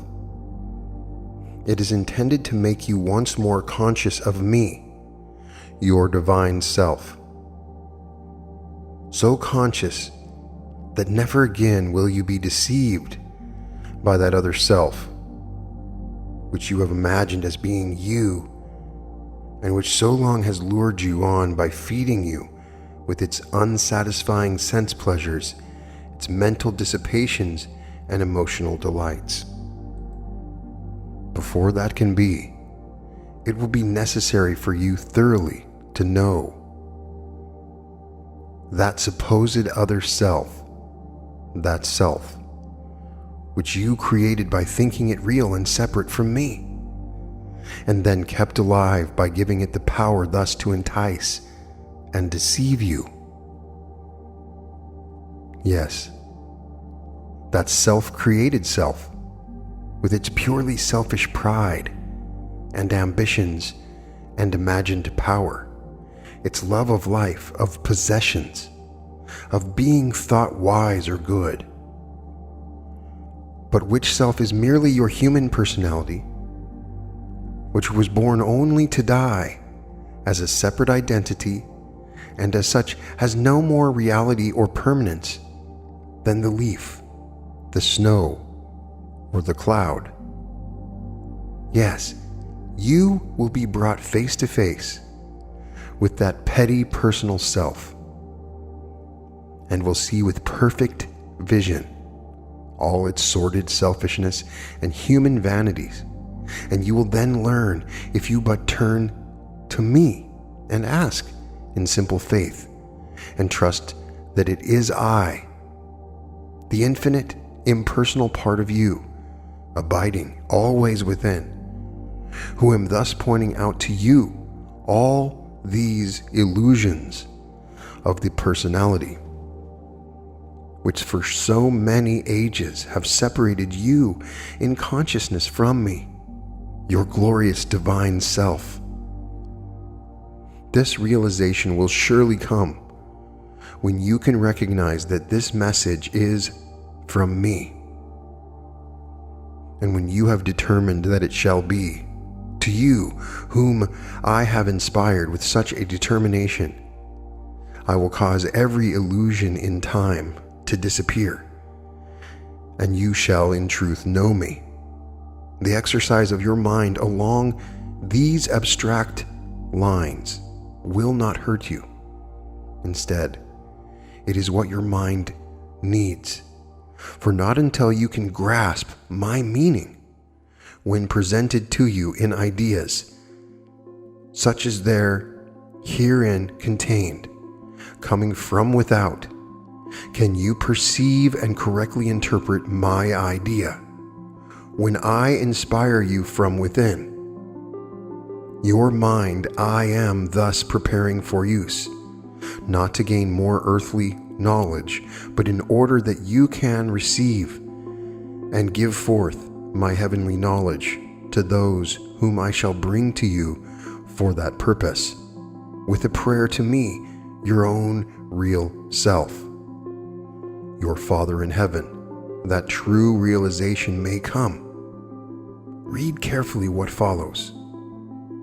We have arrived in the course of our consideration of the process of unfoldment of my idea to where the I am of you, manifesting in your immortal soul body or in the thought image created by my thinking, is now ready to take on a substantial form, a form suitable for the earth expression of my attributes. This change from a mental to a mortal form took place after the manner and process of all thinking and creating, and is literally described in the Bible, where it says, I formed man of the dust of the ground, and breathed into his nostrils the breath of life, and man became a living soul. Shall I explain further? That the quickening power within my idea, your soul, proceeded to attract to it the various elements of life, substance, and dust, and atom by atom and cell by cell, in due course of time, to mold and shape each into substantial reality, after the pattern of the thought image composing your soul body, thus forming an earthly outer covering, as it were, until finally your mortal form actually became manifest to the psychic sense, if not yet to what is called the physical sense, whereupon, all being now prepared for this cyclic moment, you, my attribute, breathed into and then through its nostrils from within the breath of life, and you then made your first appearance of earth as a human being, a living soul, my idea now able to express consciously through a suitable earth medium, containing within yourself all of my attributes, all of my powers, and all of my possibilities. Thus were now manifest all the various mediums for the earth expression of my idea. And you, being one of my attributes, naturally had dominion over all of these mediums, or possessed the power of utilizing any or all of them, if necessary, for the full and complete expression of my attributes, powers, and possibilities. In this manner, and for this reason alone, did you and your brothers and sisters come into human expression. While in human form, yet your expression was so entirely impersonal that, though self-conscious, you still looked wholly to me within for inspiration and guidance. This, then, was the first condition into which you awakened when you entered into earth expression, and is what is called the Edenic state, or dwelling in the Garden of Eden. This Edenic state represents the celestial phase of impersonal consciousness, or that state in which you were still consciously one with me, though now confined in a mortal medium of expression. Now, I shall not tell you in detail how or why it became necessary for me to drive you, now manifesting as man or humanity, out of the Garden of Eden, other than to remind you of the part that desire plays in earth expression and its relation to my will, how it centers your interest in outer things and makes you forget me within. When you have solved that and comprehended somewhat of my reason, then perhaps you can understand the necessity of first causing you, humanity, to fall into a deep sleep. You, having arrived at the close of another cycle called a cosmic day, and of letting you dream you had awakened, but in reality, you were and are still asleep. And everything from that day to this, including all seeming earthly events and conditions, have been but a dream, from which you will fully awaken only when you, humanity, again become wholly conscious of me within, and of finding yourself, humanity, no longer outwardly one, but two. One, an active, thinking, aggressive part, thereafter called a man, and the other a passive, feeling, receptive part, a womb man or a woman. Also, the necessity of these seeming earth influences being brought to bear to draw your consciousness from purely celestial delights and to hold it in this new dream condition in order to develop a mortal mind that you might, through its natural selfish tendencies, become centered entirely upon your earthly mission of mortal expression. And the wisdom of having this influence through the serpent of selfishness, the shape I caused it to assume in your mind, first generate in the passive, feeling, receptive part of your desire the mortal agent of my will, which was to supply the motives and the power for the further and complete expression of my attributes on earth, and finally the necessity of desire casting its complete spell over you, humanity, that your celestial or impersonal nature might be kept deep in sleep until, in your dream, by the free but ignorant use of my will, you could taste and fully eat of the fruit of the so-called tree of knowledge of good and evil, and through the eating could learn properly to discriminate and know its fruit for what it really is, and thus acquire the strength to use the knowledge thus gained wisely and perfectly in the expression of my idea only. You likewise possibly now can understand how in your dream you became more and more engrossed in and attached to this false earth state. Through first eating of this fruit and expression,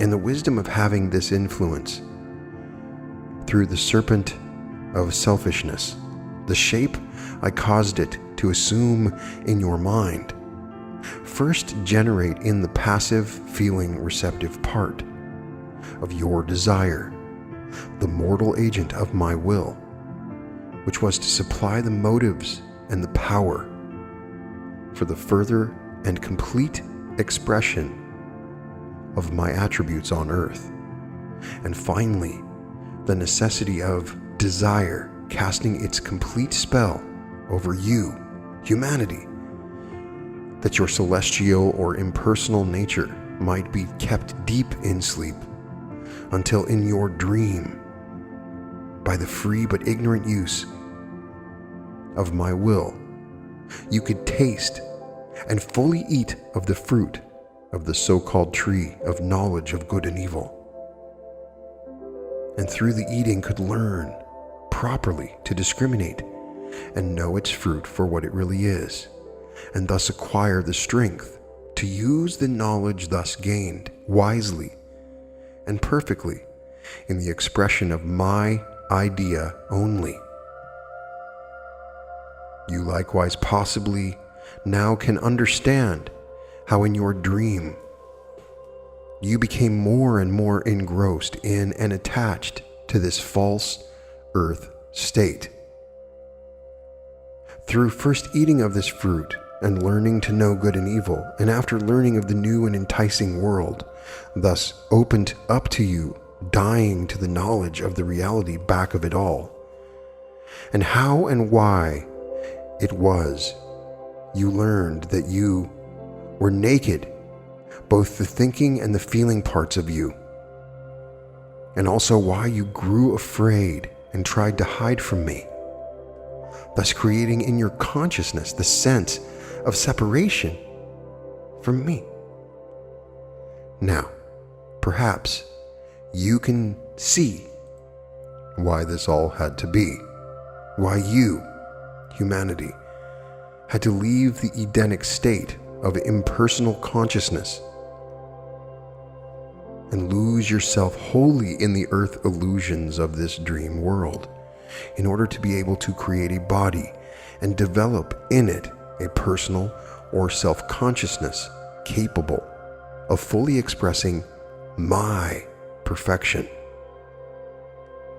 Thus was born your human personality, and since its birth have I impelled you to nourish, support, and strengthen it by filling you with longings, hopes, ambitions, and aspirations, with all the various manifestations of desire, which are but the human phases of my will, operating in the preparation and development of a medium capable of expressing perfectly my attributes on earth.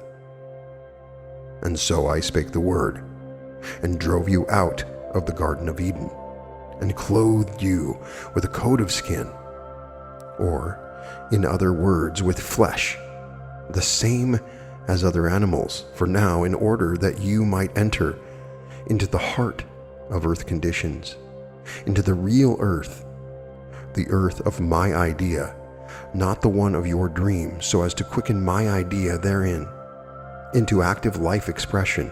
You, my attribute, had to have an organism and a covering appropriate to the conditions in which you were to manifest in your dream. Likewise, in thus giving you a coat of skin, did I, by so doing, provide my idea with a suitable form for earthly expression. I gave you the power to express yourself through a definite organism by means of words. In the impersonal, there is no use or necessity for words. Ideas alone exist and express.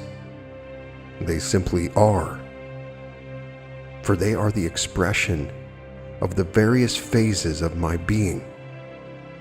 But in this dream condition, where every expression in these early stages of outer being had to have a form and substance that could be heard, seen, felt, smelled, or tasted, in order that its meaning could be clearly apprehended, there naturally had to be provided organisms capable of being used for the double purpose of expression and of understanding what was expressed.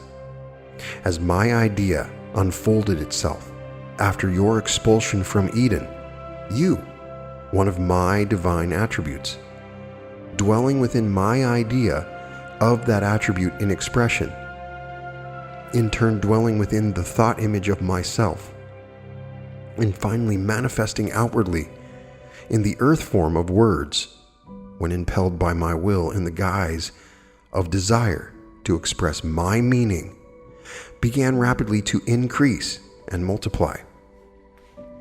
In your search for the most favorable conditions for the manifestation of your particular attributes, you gradually spread over the face of the earth, each containing many words, and all born of desire in the human mind to express in earthly terms the infinite phases of my idea ever surging within.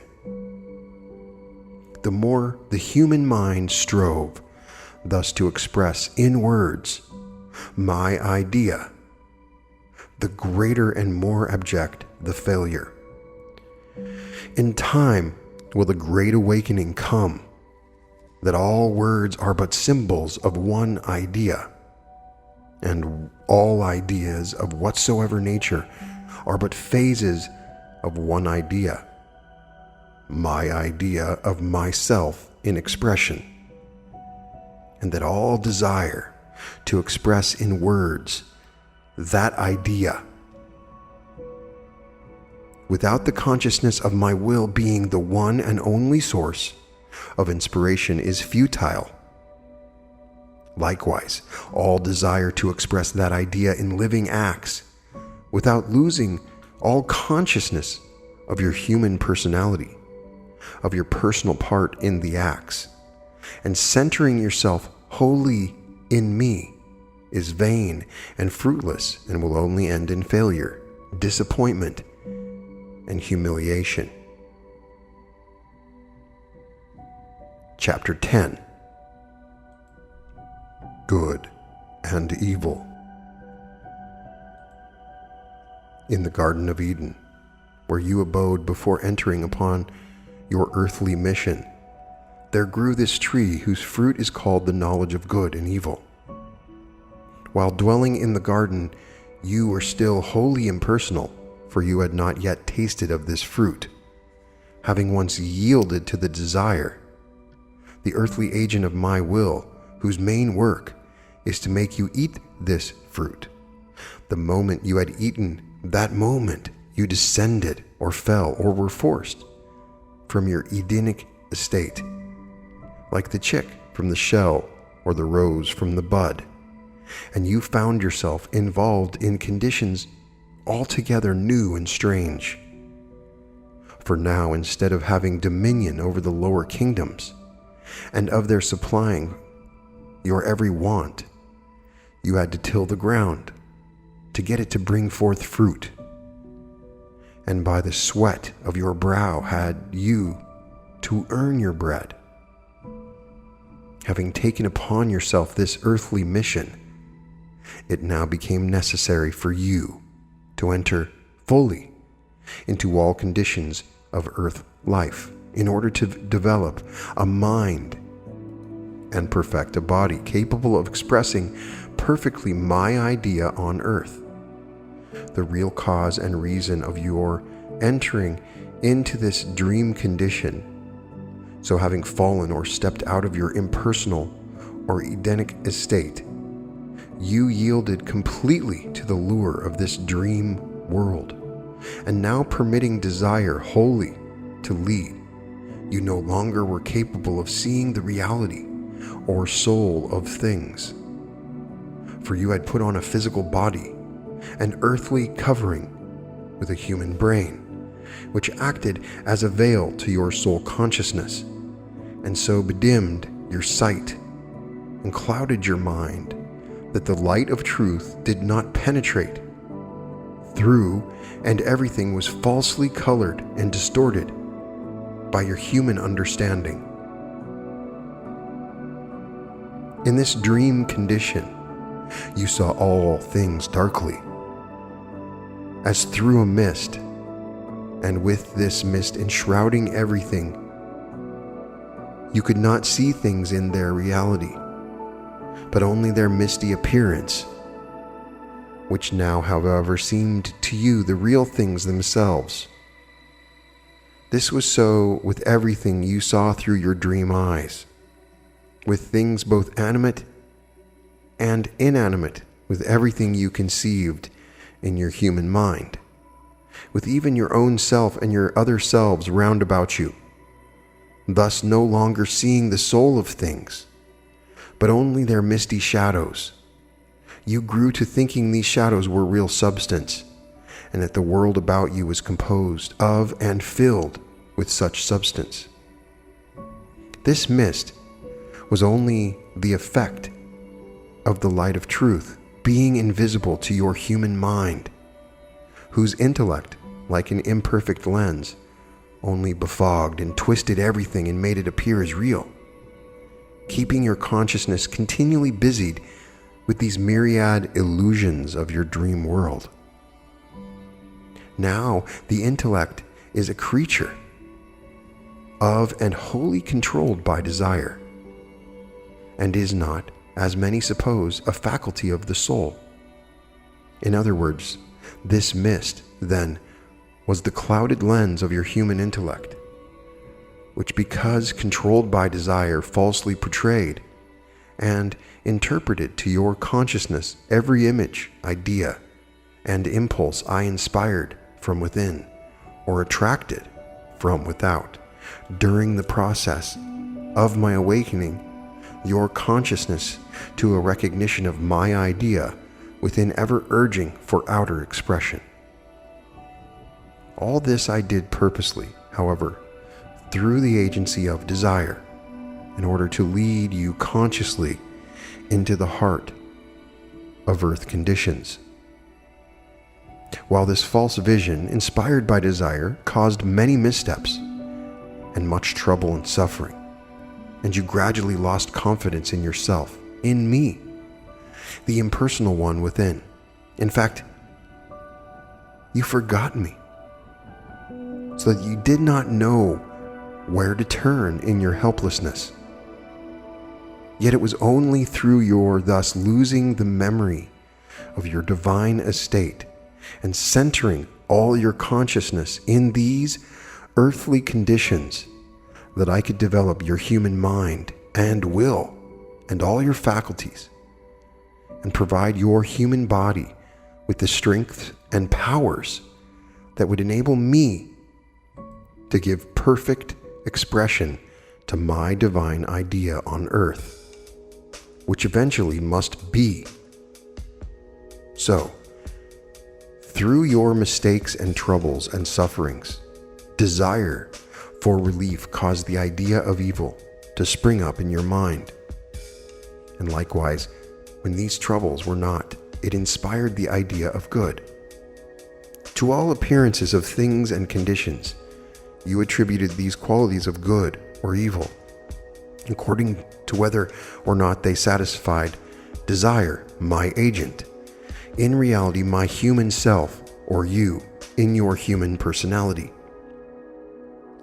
All these conditions and experiences in life which you entered into, and which when pleasing seemed good, and when displeasing seemed evil, were merely incidents created by desire to quicken in you certain soul faculties, which would enable you to recognize the truths that I, within, wished at the time to impress upon your consciousness.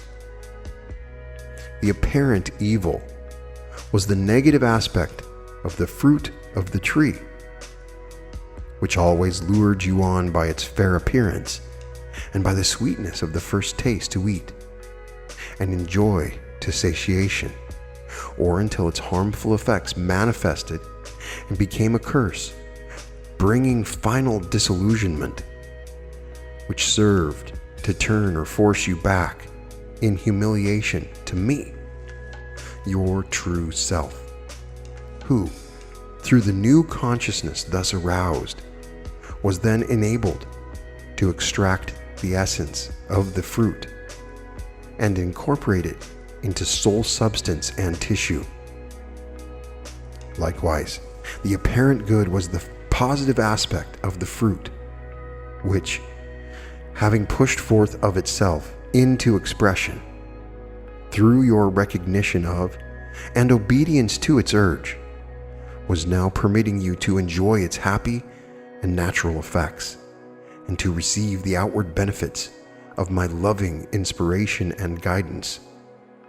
This you, who was being led by desire through all these experiences was only your human personality, which the real you was training and developing and preparing so it could become a perfect instrument for your use in the expression of my idea, ever seeking to manifest its perfection in the flesh.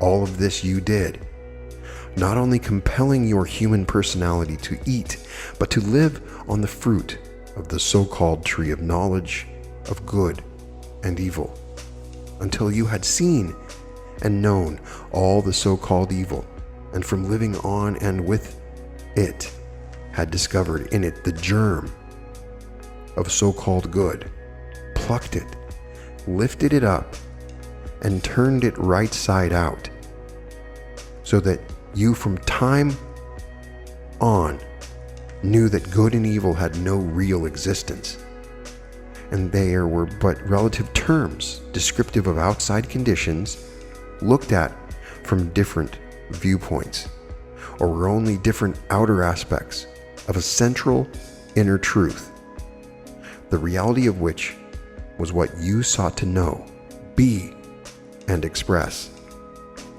During the latter ages, you have been, as it were, gradually throwing off layer after layer of human consciousness, dissipating the mist or glamour thrown around your mind by the intellect, subduing, controlling, spiritualizing, and thus clarifying the intellect itself.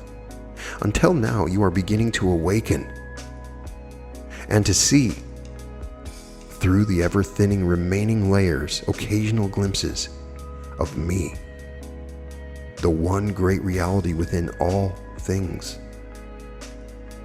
All this time, you, the omniscient, impersonal I am of you, were consciously and intentionally doing all this, not for the purpose of getting the mere knowledge of earth conditions and things, as your intellect has so loudly and authoritatively proclaimed, but in order that you might harvest what you had sown in the dim ages past and could manifest my perfect idea on earth, even as you are now manifesting it in the impersonal estate, your heavenly home. You, remember, are the great impersonal I, who am doing all this, who am continually changing in outward appearance, but who within am eternally the same. The endless flow of the seasons, the spring with its busy sowing, the summer with its warm, restful ripening, the autumn with its bounteous harvesting, the winter with its cool, peaceful plenty, year after year, life after life, century after century, age after age, are only the outbreathing of my idea as I inspire it forth through the earth and through you, my attribute, and through all my other attributes during the process of unfolding in outer manifest state, the perfection of my nature. Yes, I am doing it through you, because you are an expression of me. Because only through you, my attribute, can I express myself. Can I be? I am expressing myself. I am in you as the oak is in the acorn. You are I, as the sunbeam is the sun. You are a phase of me in expression. You, one of my divine attributes, are eternally trying to express my perfection through your mortal personality. Just as an artist sees in his mind the perfect picture he wants to paint, but his hand cannot quite portray with the crude mediums of brush and color the true quality and effect he sees. so do you see me within yourself and know we are one, but always prevented by the imperfection of the earthly material of your human personality with its animal body, its mortal mind and selfish intellect from perfectly expressing me. Yet I created your body, mind, and intellect in order to express myself through you. The body I made in the image of my perfection. The mind I gave to inform you of me and my works. The intellect I gave to interpret my idea as I inspired it to the mind. But you have been so distracted by the human phases of this body, mind, and intellect, and their outer uses, that you have forgotten me, the one and only reality within, whose divine nature I am, ever seeking to express to and through you.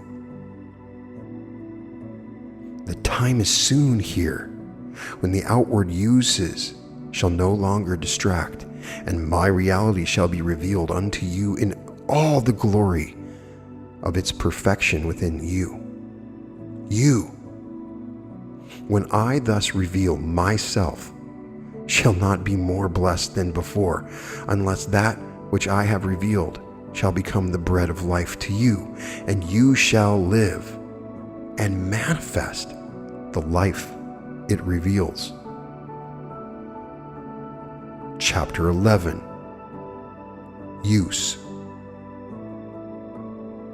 Now, I have purposely not stated clearly all the how and why of these things, for I have reserved for you, when you call upon me so to do, and are capable of receiving it, an inspiration from within with a far more comprehensive vision of the unfoldment and development of my divine idea and its final perfected expression than is herein pictured. If I were here to tell the real meaning of my many manifestations before you were consciously capable of experiencing its truth, you neither would believe my words, nor could you comprehend their inner application and use. Therefore, as I begin to awaken in you a realization that I am within, and more cause your human consciousness to become an impersonal channel through which I can express, will I gradually reveal to you the reality of my idea, dissipating one by one the illusions of the ages, which have hidden me from you, enabling me thereby to manifest through you my heavenly attributes of earth in all their humanly divine perfection. I have herein given you but a glimpse of my reality, but just to the extent that that which has been revealed becomes more clear, will more be opened up unto you from within, and far more wonderful than this now seems to you. For my idea within, when it finally and completely shines through its mantle of flesh, will compel you to worship and glorify me far above all that your human mind and intellect now conceive of as God. Before you can become conscious of all this and can truly comprehend it, you and your human personality must make it possible for me to reveal it by turning within to me as the one and only source, bringing to me your measure absolutely empty of self, and with mind and heart as simple and trusting as those of a child. Then, and then only, when nothing of the personal consciousness remains to prevent my filling you full to overflowing with the consciousness of me, can I point out to you the glories of my real meaning, for which this whole message is but the outer preparation. The time has now arrived, however, for you to comprehend somewhat of this. Enough has been revealed to prepare you for the recognition of my voice speaking within. Therefore, I shall now proceed as if you realize I am within, and that these truths which I voice through the medium of these pages are but to impress more strongly upon your consciousness those phases of my idea which you could not clearly receive direct. That which herein appeals to you as truth is consequently but a confirmation of that which my idea has heretofore been struggling to express from within. That which does not appeal and which you do not recognize as your own, pass by. For that means I do not desire you to receive it as yet. But each truth I voice herein will go on vibrating until it reaches the minds I have quickened to. Receive it, for every word is filled with the potent power of my idea, and to minds that perceive the truth hidden therein, this truth becomes a living reality, being that phase of my idea they are now worthy and capable of expressing. As all minds are but phases of my infinite mind, or parts of it manifesting in different forms of mortal nature, when I speak through the medium of these pages to your mind and to other minds, I am but speaking to my mortal self, thinking with my infinite mind, pushing forth my idea into earthly expression. Just so will you soon be thinking my thoughts, and be conscious that I am speaking within directly to your human consciousness. And you will then no longer have to come to this or to any other of my outer revelations, either spoken or written, in order to perceive my meaning. For am I not within you? And am I not you? And are you not one with me, who live in and express through the consciousness of all minds, knowing all things? All that remains for you to do is to enter into the all-consciousness of my mind and abide there with me, even as I abide within my idea in your mind. Then all things shall be yours, as they now are mine, being but the outer expression of my idea, and existing only by reason of the consciousness I gave them when I thought them into being. It is all a matter of consciousness, of your conscious thinking. You are separated from me only because you think you are. Your mind is but a focal point of my mind. If you but knew it, what you call your consciousness is my consciousness. You cannot even think, much less breathe or exist, without my consciousness being in you. Can you not see it? Well, then think, believe, you are I. That we are not separated. That we could not possibly be separated. For we are one. I within you, and you within me. Think this so, determinedly image it as so, and verily the moment you are conscious of this, that moment, are you with me in heaven. You are what you believe you are. Not one thing in your life is real or has any value to you only as your thinking and believing has made it such. Therefore, think no more you are separated from me, and abide with me in the impersonal realm where all power, all wisdom, and all love, the threefold nature of my idea, but await expression through you. Now, I have spoken much of this, and have apparently said the same thing more than once, but in different words. I have done this purposely, presenting my meaning in different lights, that you might finally be brought to comprehend my divine impersonality, which is in reality your impersonality. Yes, I have repeated and will continue to repeat many truths, and you may think it tedious and unnecessary. But if you will read carefully, you will find that each time I repeat a truth, I always add something to what has already been said, and that each time a stronger and more lasting impression is made upon your mind.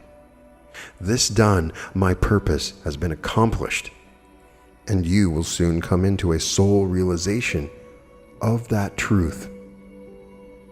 If you receive not such impression and still think such a repetition a useless waste of words and time, know that your intellect only is reading, and that my real meaning has altogether escaped you. You, however, who do comprehend, will love every word, and will read and reread many times, and consequently will receive all the wondrous pearls of wisdom I have held in reserve for you. These words and their message will be to you hereafter merely a fount of inspiration, or a door through which you will be enabled to enter into the impersonal estate and hold sweet communion with me, your Father in heaven, when I will teach you all the things you desire to know. I have been picturing the impersonal estate from many viewpoints in order that it may become so familiar that you can unerringly distinguish it from all inferior states, and may learn to dwell consciously in it at will. When you can consciously dwell in it, so that my words, when and wherever spoken, can always find lodgment and understanding in your mind, then will I permit you to use certain faculties I have been awakening in you. These faculties will enable you more and more clearly to see the reality of things, not only the beautiful and lovely qualities in the personalities of those about you, but their weaknesses, faults, and shortcomings as well. But the reason you are enabled to see these faults and shortcomings is not that you may criticize or judge your brother, but that I may arouse in you a definite resolve to overcome such faults and shortcomings in your own personality. For mark you, you would take no note of them in others, were they not still in yourself. For I within then would not need to call them to your attention. As all things are for use, and use only, let us study the use you have hitherto made of other faculties, gifts, and powers I have given you. You must realize by this time I have allowed you all things, all you are or are, be it of good or evil, of blessing or suffering, of success or failure, of riches or lack. I have allowed you or attracted to you. Why? For use, in awakening you to a recognition and acknowledgement of me as the giver. You could not honestly acknowledge me as such until you knew I am the giver. Your personality, in fact, had become so engrossed in trying to get rid of or to exchange many of the things I had given you for other things you thought were better, that of course you could not even dream, much less acknowledge me, your own self, as the giver. Possibly, you do now acknowledge me as the giver, as the inner essence and creator of things in your world and in your life, even of your present attitude toward these things. Both are my doing, for they are but the outer phases of the process I am using in the expression of my idea of your inner perfection, which perfection being my perfection is gradually unfolding from within you.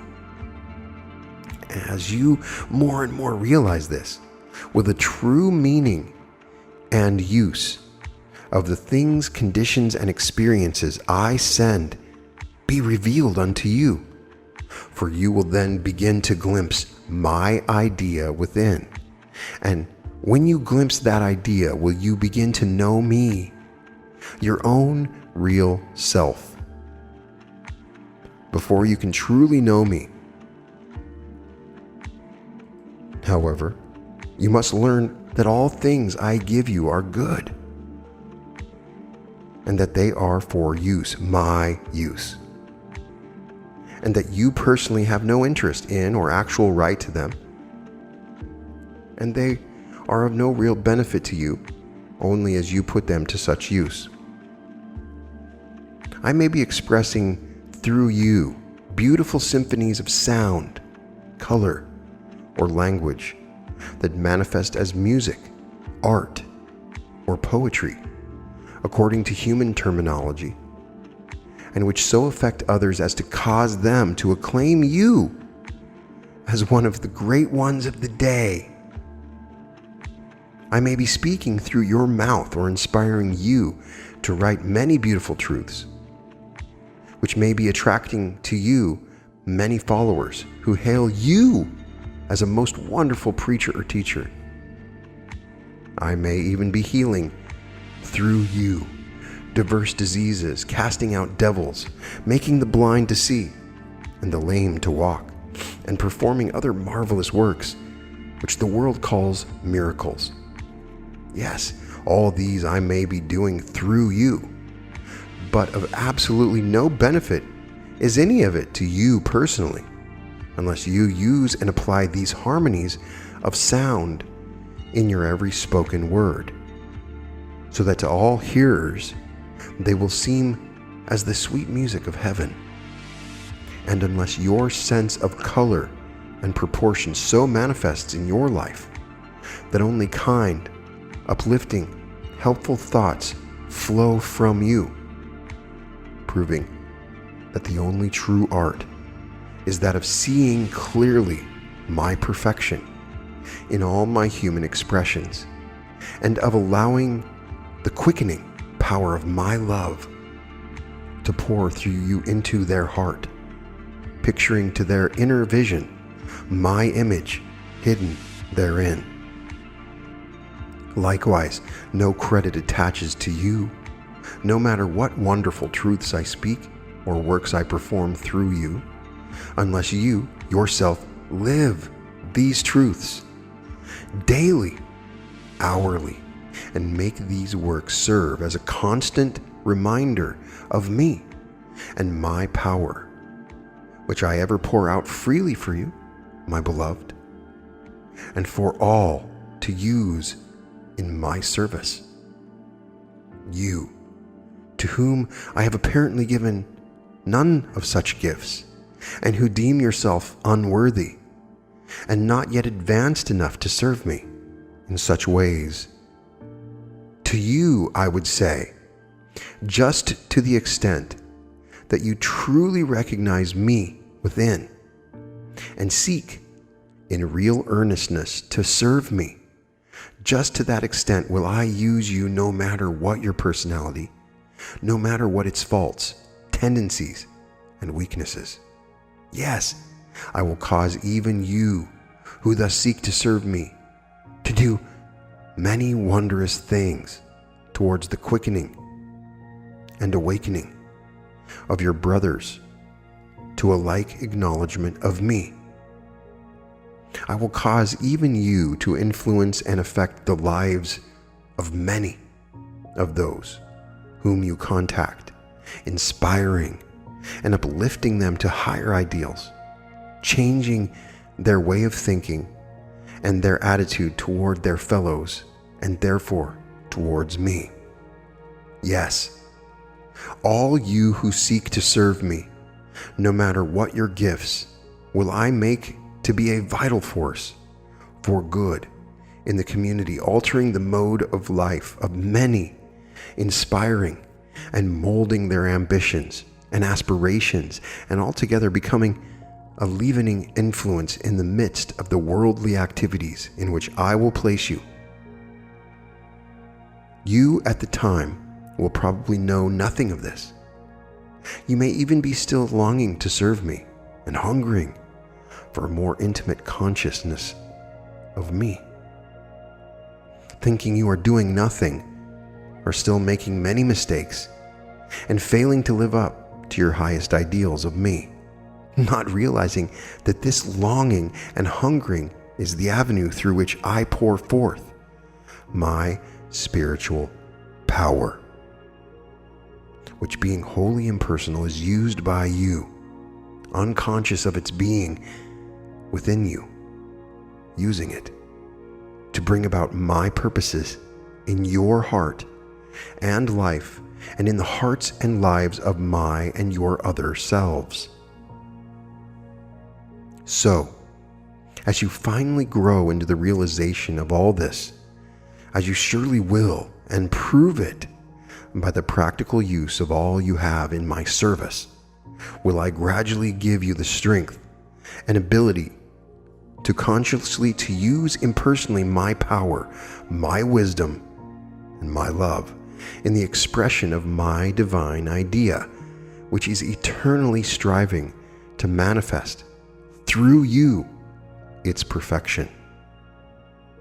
Therefore, will you soon see that your human personality, with all its faculties, powers, and possessions, which are in reality mine, operating and manifesting through you, is likewise for my use wholly, and that true success and satisfaction can never be found except in such use. For such use develops as the planted seed develops in the harvest, the ability consciously to use all my spiritual faculties in the final perfect expression of my idea, which can be expressed only through your human personality. Chapter 12. Soulmates. Let us now examine into some of the things I have given you, those especially of which you cannot yet acknowledge me as the giver. Perhaps the particular position in life you now occupy, you do not think the best adapted for the expression of my idea surging within you. If so, then why not step out of that position into the one of your choice? The mere fact that you cannot or do not do this proves that at this time such position is the one best suited to awaken in you certain qualities necessary for my perfect expression, and that I, your own self, am permitting you to remain therein until you can recognize my purpose and meaning hidden within the power such position has to disturb your peace of mind and keep you thus dissatisfied. When you recognize my meaning and determine to make my purpose your purpose, then, and then only, will I give you the strength to step out of that position into a higher I have provided for you. Perhaps the husband or the wife you think is far from being suited to you or capable of helping along your spiritual awakening, being only a hindrance and detriment instead. You may even be secretly contemplating leaving or wishing you could leave that one for another who sympathizes and joins with you in your aspirations and seeking, and therefore seems more nearly your ideal. You may run away if you will, but know that you cannot run away from your own personality, that in selfish craving for a spiritual mate, you may attract only one who will force you to a tenfold longer and harder search among the illusions of the mind before you can awaken again to the consciousness of my voice speaking within. For a sympathetic and appreciative mate would only feed the personal pride and selfish desire for spiritual power in you, and develop further the egotistic side of your nature. Likewise, a loving, trusting, yielding mate might encourage only selfishness and conceit when you are not yet abiding in the consciousness of my impersonal love, while a tyrannical, suspicious, nagging mate may provide the soul discipline you still need. Did you but know it, the one who is your true soulmate is in reality an angel from heaven, even as are you, one of the attributes of my divine self, come to you to teach that only when you have purged your own personality so that my holy love can express, can you be freed from any conditions which may now be causing you so much disturbance of mind and unhappiness of soul. For not until this soul, this angel from heaven, this other part of my and your self, who has come to you and is yearning and striving to call into expression through you the impersonal love, the tender, thoughtful care for others, the poise of mind and peace of heart, the quiet, firm mastery of self, which alone can open the doors so it can step forth into its freedom of its own glorious being and be to you its own true self. Not until you can see this soul in all its divine beauty, free of this earthly bondage, will it ever be possible for you to find and recognize that ideal you seek. For that ideal exists, not without, in some other personality, but only within, in your divine counterpart, which is I, your higher, immortal self. It is only my idea of this, your perfect self, striving to express and become manifest through your personality, that causes you to see seeming imperfections in the mate I have given you. The time will come, however, when you cease to look without for love and sympathy, appreciation and spiritual help, and turn wholly to me within, that these seeming imperfections will disappear, and you will see in this mate only the reflections of qualities of unselfish love, gentleness, trust, a constant endeavor to make the other happy, that will then be shining brightly and continuously from out of your own heart.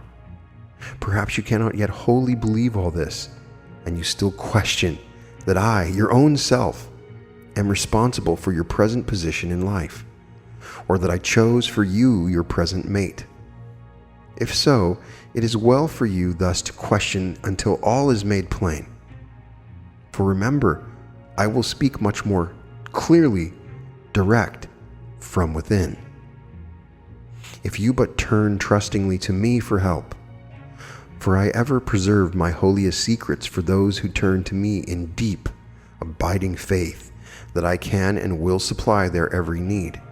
To you, however, who cannot yet do this, I say, if your own self did not place you here or provide this mate, why then are you here?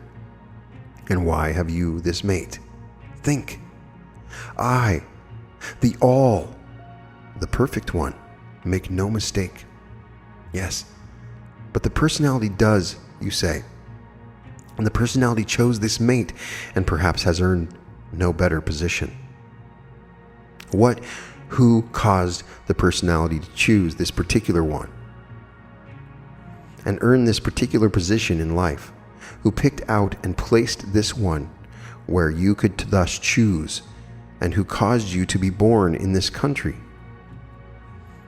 of all countries, and in this town of all towns in the world at this particular time? Why not some other town? And 100 years later, did your personality do all these things? Answer truly and satisfactorily these questions to yourself, and you will learn that I, God, within you, your own self, do all things that you do, and I do them well. I do them while expressing my idea, which is ever seeking manifestation in outer form as perfection through you. My living attribute, even as it is in the eternal within. As for your true soulmate, which you have been led by others to believe must be waiting for you somewhere, cease looking, for it exists not without in some other body, but within your own soul. For that within you, which cries out for completion, is only your sense of me within, yearning for recognition and expression. Me, your own divine counterpart, the spiritual part of you, your other half, to which and which alone you must be united before you can finish what you came on earth to express. This is indeed a mystery to you, who are not yet wedded in consciousness to your impersonal self. But doubt not, when you can come to me in complete surrender, and will care for naught else than union with me, then will I disclose to you the sweets of the celestial ecstasy I have long kept in reserve for you. Chapter 13. Authority. To you, who will still feel the desire to read books, thinking in them to find an explanation of the mysteries that now hide from you the meaning of the earthly expressions of my idea, I say, it is well that you seek thus outwardly, following the impulses I send you. For others' interpretations of the meaning of my idea is expressing through them. For I will make that search to be of benefit to you, though not in the way you imagine. It is even well for you to seek in ancient teachings, philosophies, and religions, or in those of other races and other peoples, for the truth I wish to express to you. For even that search will prove profitable. But the time will come when you will realize that the thoughts of other minds and the teachings of other religions, no matter how true and beautiful, are not what I intend for you. For I have reserved for you thoughts and teachings which are yours and yours only, and which I will give to you in secret when you are ready to receive them. When the time comes, as it inevitably will, that you become dissatisfied in your search among the teachings of the various religions, philosophies, and cults that now are interesting you, and you grow discouraged of finding yourself no nearer the attainment of the powers and spiritual growth so authoritatively described and supposedly possessed by the writers of the books, the teachers of the philosophies, and the promulgators of the religions. Then will I show you that while all these books, teachings, and religions were originally inspired by me, and have done and are still doing their part in quickening the hearts of many, yet for you it is now meant that you cease looking to any outer authority, and instead confine your study to my book of life, guided and instructed by me within, by me alone. If you earnestly and truly do this, you will find that I have chosen you to be the high priest of a religion, the glory and grandeur of which will be to all others that have been pictured to your former understanding as the light of the sun is to the twinkle of the far distant star. You will likewise realize that the ancient religions were given to my peoples of long ages past, and that the religions of other races are for my peoples of those races, and that none of these are for you, even though I brought them to you and pointed out many wondrous things in them that inspired you to a more determined search for me within their teachings. I say to you, these are things of the past and have not to do with you. The time has arrived. If you can see it, when you must cast aside all accumulated knowledge, all teachings, all religions, all authority, even my authority as expressed in this and my other outer revelations, for I have quickened you to the consciousness of my presence within, to the fact that all authority, teachings, and religions coming from any outer source, no matter how lofty or sacred, can no longer have any influence with you, except as they become a means of turning you within to me for my final authority on all questions of whatsoever nature. Therefore, why seek in the things of the past, in religion, human knowledge, or in others' experiences, for the help and guidance which I alone can give? Forget all that has gone before. That which is past is dead. Why burden your soul with dead things? Just to the extent you hold to things that are past, do you still live in the past, and can have naught to do with me, who dwell in the ever-present now, the eternal?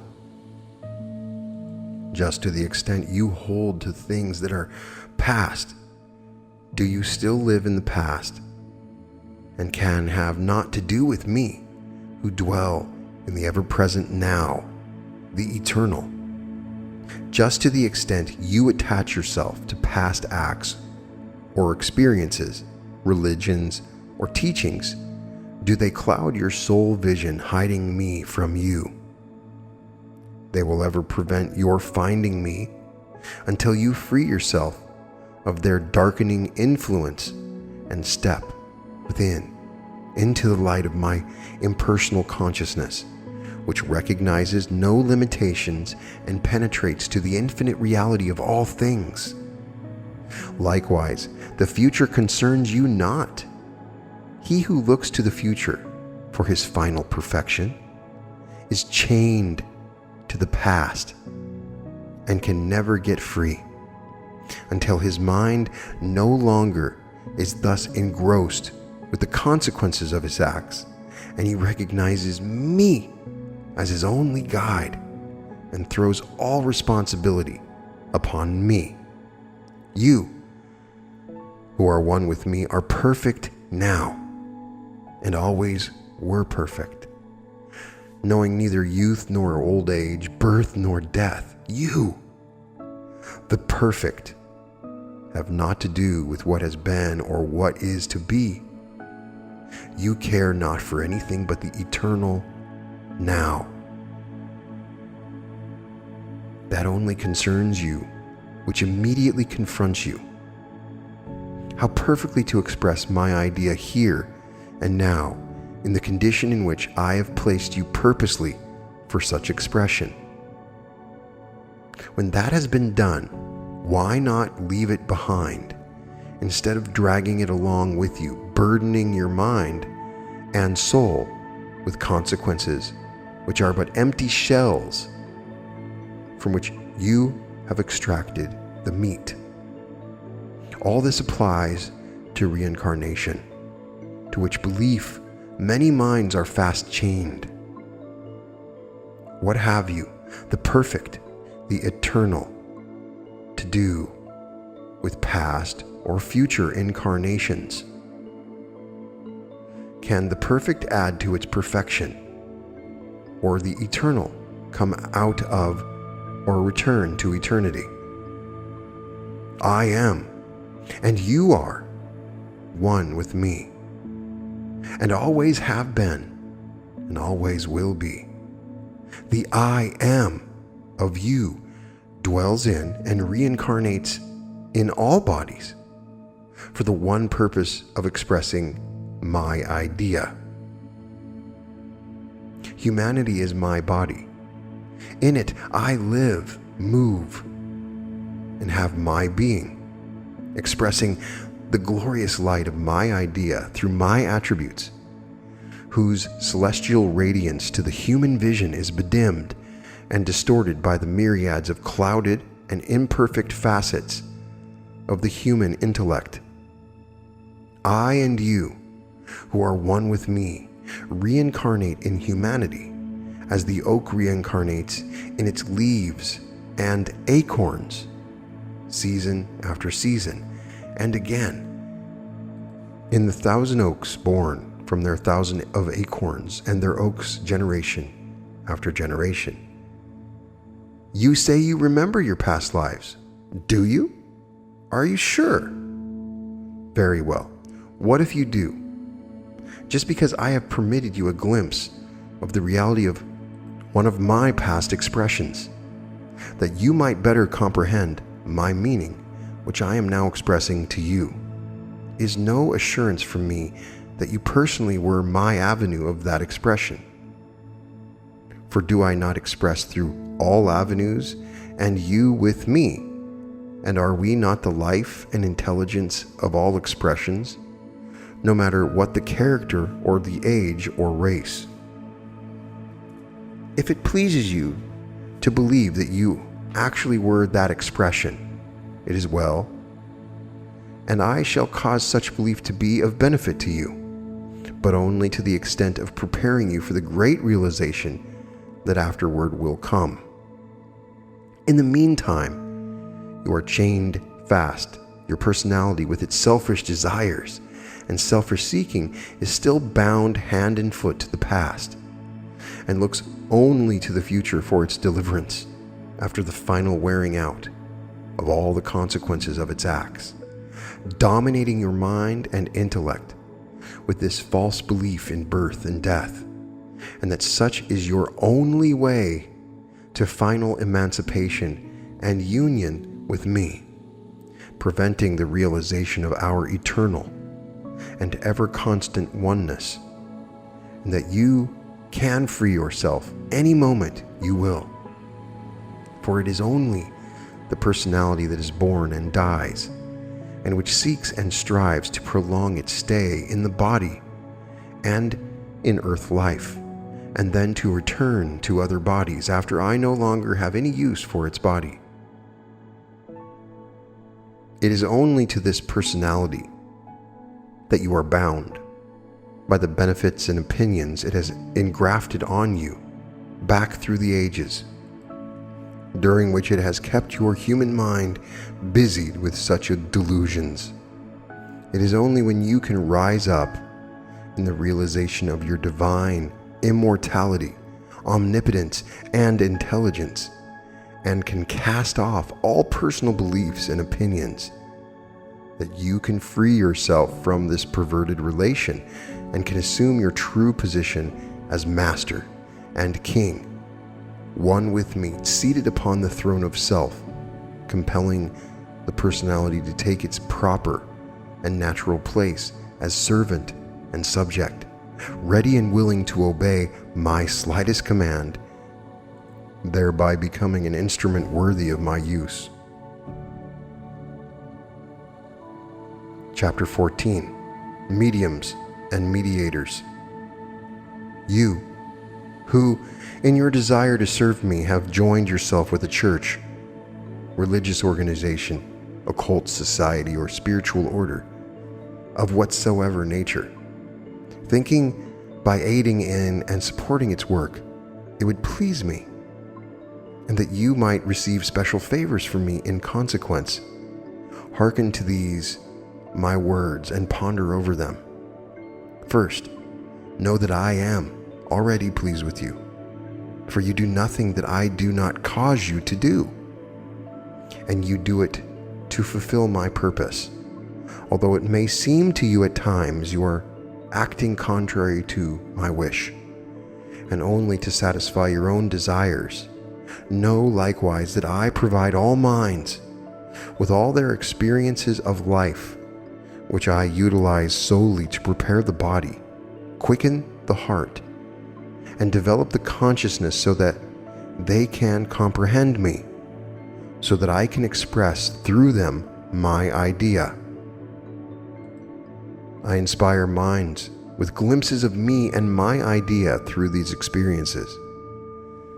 And I have spoken thus through inspiration to many who have taken my words and have written them in books, and have taught them to other minds. These words I have caused to quicken the hearts and consciousness of those who are ready to receive them, even through the writers and teachers of themselves had no real comprehension of my meaning. Many of those whose minds I thus inspire with glimpses of me and my idea, I cause to become teachers and leaders, organizing churches and societies and cults, drawing seekers and followers to them, that I, through the words I speak through them, can quicken their hearts and consciousness of those that are ready to recognize me. I, the impersonal one within, do all this, and the teachers and leaders personally do nothing, only serving as channels through which my idea can express to the consciousness of those I draw to them for that purpose. For the mind is only a channel, and the intellect an instrument, which I use impersonally, wherever and whenever necessary to express my idea. Not until the heat has been quickened and has opened wide contain me can man, with his mortal mind and intellect, consciously comprehend my meaning when I express through him my idea. You, in your desire to serve me, may have found in some teacher or leader a personality whom you think, from the many seemingly wondrous words I speak through him, is now containing me in his heart. In your doubts and anxiety to please me, and in your fear of my displeasure when disobeying my commands, you may even have gone to such teacher or leader who possibly claimed to be a priest or priestess of the Most High, thinking that to get through such my message to you, or words of advice or help from some master or guide, you can hold, until finally in sorrow and humiliation, from the disillusionment of which eventually and inevitably follows, you once more are thrown back upon yourself, upon the teacher within, upon me, your own true self. Yes, all the deception, all the discipline, all the taking of your ardor and devotion, not to speak of your money and services to what you believe to be my work, and selfishly purloining and utilizing them for the upbuilding and strengthening of their own personal power and prestige among their followers, feeding each of you with just enough subtle flattery and promises of spiritual advancement, together with clever sophistry, under the guise of high and beautiful sounding spiritual teaching, to keep you bound to them so you would continue to support and to honor and glorify them, ever holding over you the lash of my displeasure if they receive not unquestioning trust and obedience. Yes, all this I permit to be, for it is what you desire and seek, and desire is truly the agent of my will. You may be even giving to some other teacher, either in the seen or the unseen, and no matter how true, well-meaning, and spiritually wise, who you think cannot be classed with the kind just mentioned, your unquestioning love, devotion, and obedience, and you may be receiving what you think are teachings and guidance of inestimable value. All this is well, so as long as you are receiving that which you seek and think you need, for I supply all things to satisfy such desires. But know that all such is vain and unproductive of the real results sought, for all seeking and all desire for spiritual attainment is of the personality, and therefore selfish, and leads only to final disappointment, disillusionment, and humiliation. If you but can see it, it is in the disillusionment and humiliation that the real results are attainable. For those are what I opened up for you and led you towards, when presenting the possibility of getting help from some human teacher, and these disillusionment and humiliation, and what I purposely brought to you in order that, having become once more humble and docile as a little child, you would then be ready to listen to and obey my word spoken within. And hearing and obeying, you could enter into my kingdom.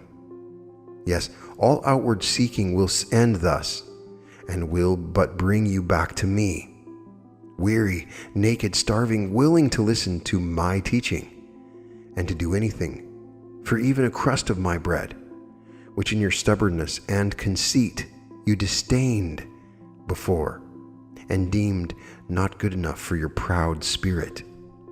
Now, if you have had enough of teachings and teachers, and are sure that within you lies the source of all wisdom, these words will bring joy unspeakable to your heart. For do they not confirm that which you already have felt within to be true? For you, who cannot yet see this and still need a mediator, I have provided the story of the Christ crucified for your redemption, picturing how I desire you to live that, through the crucifixion of your personality, you may rise in consciousness to oneness with me. But to you, who are strong enough to bear it, I say you need no mediator between you and me, for we are one already. If you can but know it, you can come direct and at once to me in consciousness. I, God within, you, will receive you, and you shall abide with me forever and ever, even as does my Son Jesus, the man of Nazareth, through whom I am, even now expressing as I did, expressed 2,000 years ago, and as I someday shall express through you. To you who wonder how and why I say such beautiful and such spiritual things through personalities who fail to live up to the teachings they apparently of themselves give out, I say, I use all avenues impersonally to express my meaning. Some I have prepared to better mediums of expression than others, but personally knowing nothing of me. In some I have quickened the heart, the better to contain me, thereby becoming consciously more at one with me. Some have become so at one with me that they no longer are separated in the consciousness from me, and in them I live and move and express my spiritual nature. Chapter 15. Masters. You who are still holding to the idea taught in various teachings that I will provide a master or divine teacher for each aspirant towards union with me, hear my words. It is true I've permitted you in the past to delve into all kinds of mystical and occult books and teachings, encouraging your secret desire to acquire the powers necessary to attain this union extolled in such teachings, even to the extent of quickening in some slight consciousness of the possession of such powers. I have even permitted the belief that by practicing certain exercises, breathing in a certain way, and saying certain mantras, you might attract to you a master from the unseen, who would become your teacher and help you to prepare for certain initiations that would admit you into advanced degree in some secret order in the inner planes of existence, where much of my divine wisdom would be opened up to you. I have not only permitted these things, but if you can see it, it was I who led you to these books, inspired in you such desire, and caused such belief to find lodgment in your mind, but not for the purpose you imagine. Yes, I have brought you through all these teachings, desires, and beliefs, trying to point out to your human mind the forces I use to bring into expression my divine idea. I have portrayed these forces as heavenly hierarchies, and that your human intellect might the better comprehend. I pictured them as angels or divine beings, impersonal agents or executors of my will, engaged in the process of bringing into expression my idea that was in the beginning. But you did not understand. Your human intellect, enamored of the possibility of meeting and communing with one of these beings, as claimed in some of the teachings, proceeded at once to personalize them and began to long for their appearance in your life, imagining that they are interested in your human affairs, and that by living in accordance with certain rules set down in certain teachings, you could propitiate them so they would help you to gain nirvana or immortality. Now, I have purposely permitted you to indulge yourself with such delusions, letting you long and pray and strive earnestly to obey all the instructions given, even leading you on, sometimes by giving you glimpses in self-induced visions and dreams of ideal beings which I permitted you to believe were such masters. I may even have caused to open in you certain faculties which make it possible for you to sense the presence of personalities that have passed into the spirit side of life and who have been attracted by your desires and seek to fulfill the part of the master and to guide you. Now the time has come for you to know that such beings are not masters, also that divine beings do not call themselves masters, that I, and I alone, your own real self, am the only master for you now, and until you are able to know me also in your brother. That any being, either in human or spirit form, that presents himself to your consciousness and claims to be a master, or who permits you to call him master, is nothing more nor less than a personality, the same as yours, and therefore is not divine as your human mind understands that term, despite the many wonderful truths he may utter, and the marvelous things he may do, just so long as your human mind seeks or worships the idea of a master in any other being, no matter how lofty or sacred he may seem to you.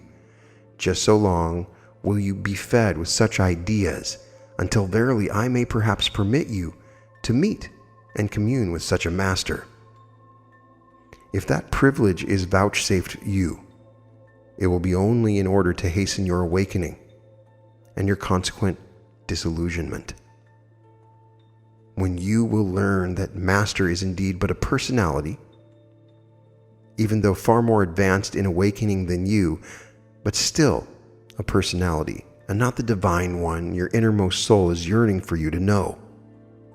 For I feed you with every idea that will operate to teach you the reality back of the seeming, and if I lead you on to apparent deception and loss of faith in all human teachings and in all human and even divine perfection, it is only to enable you the more clearly to distinguish between the substance and the shadow, and to prepare you for that far higher ideal I am waiting to picture to you. You can rise in your human personality only to the ideal your human mind is capable of conceiving. Through desire, I cause my will to manifest in you. And through desire, I perform many wondrous works. If you doubt this, you need only to apply the key. To think of a master is to create one. This idea of a master, by your thinking, becomes what you desire and imagine a master to be. In other words, by your thinking, you build around this idea all the qualities you imagine a master possesses. Your human mind, through desire, through aspiration, through worship, needs to create these qualities in some imaginary being who is still a personality, for you cannot as yet conceive of an impersonal being. Therefore, according to the intensity of your desire and thinking, must this idea sooner or later come into actual manifestation, either by attracting to you such a personality in the flesh, or one entitized in the realm of visions and dreams. As your human mind is constituted, it at certain times thinks it needs a master, one to whom it can turn with its human trials and problems for explanation and advice. Thinking life's problems can be settled that way. If I draw to you one who fails you or deceives you and throws you back finally upon me, your own self discouraged, disillusioned, and humiliated, it is only that perhaps when you will be ready to turn to me within and will listen to my voice, which all these years has been speaking to you, but to which your proud and egoistic mind has not deigned to listen. You have not yet had this experience, who have not yet met the master of your aspirations, either in human or spirit form.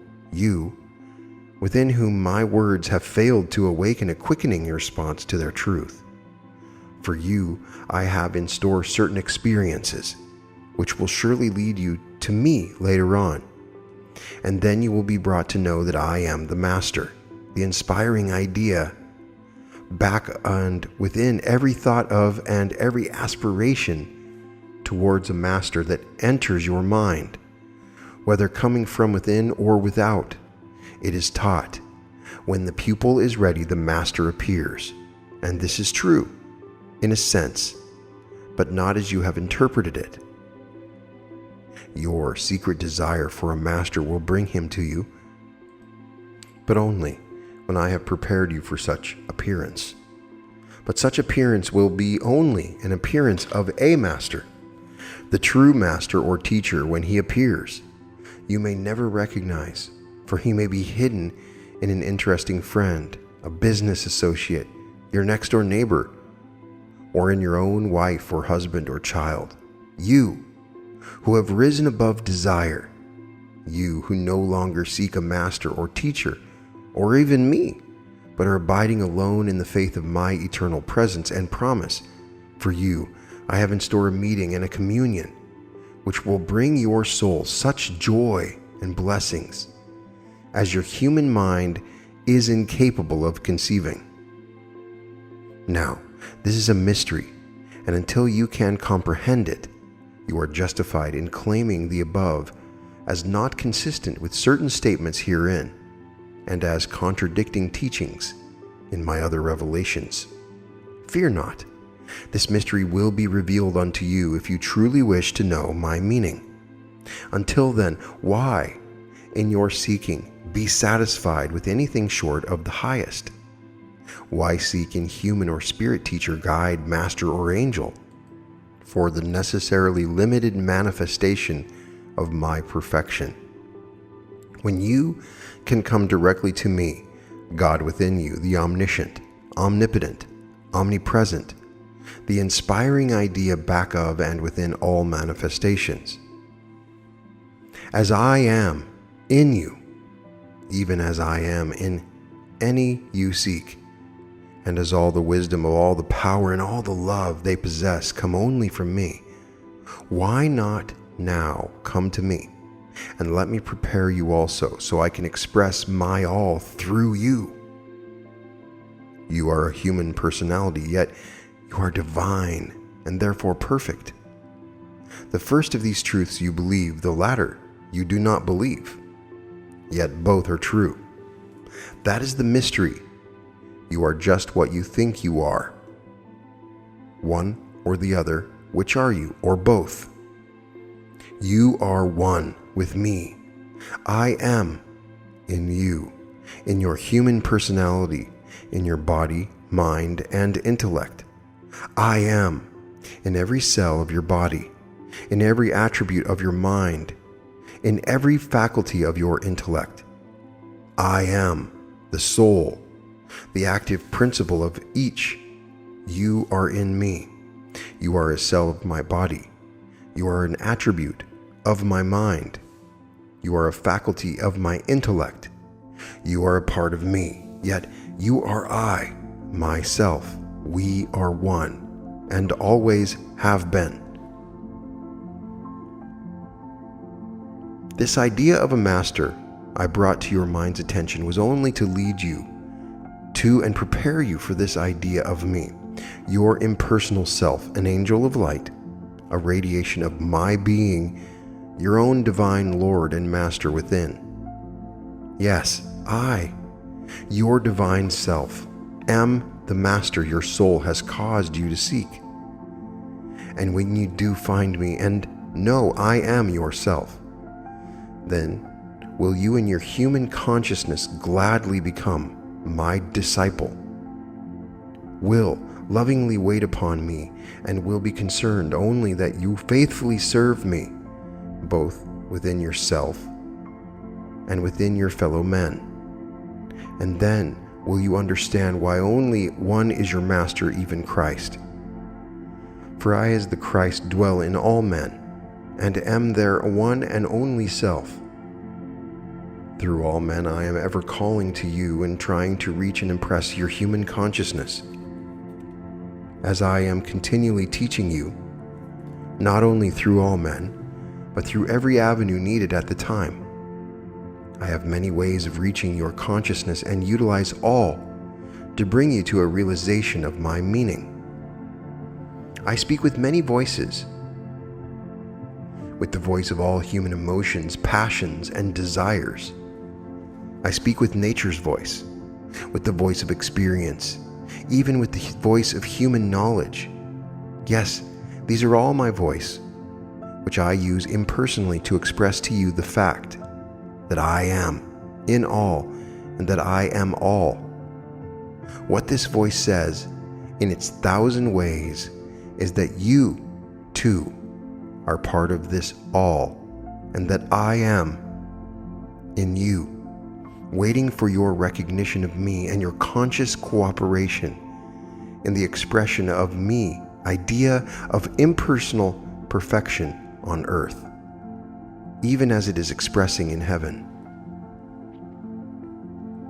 Then also will you understand why, in your personal, separate consciousness, you could never recognize or know a real master should you meet him in a physical body.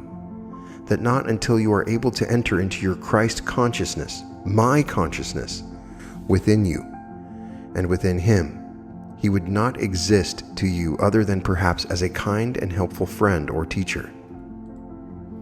When you have attained to that consciousness, then only will you be worthy and qualified to know and commune with your fellows in the great brotherhood of the Spirit. Those who have mastered self and who live only to help their younger brothers also to find the Divine One within. If a being should come into your life who seemed to you divine and who let you think or call him a master, he is not yet wholly impersonal.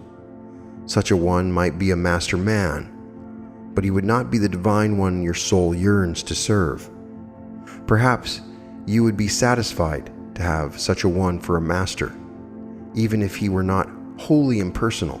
If so, then I would hereafter bring you to a realization of his personal imperfections by a constant comparison with my impersonal perfection, until you would finally turn and come to me in complete abandon, acknowledging me and my impersonality as the only model and ideal, and as the true cause which inspired your long search without for my perfection, that could be found only within, hidden deep within your own soul.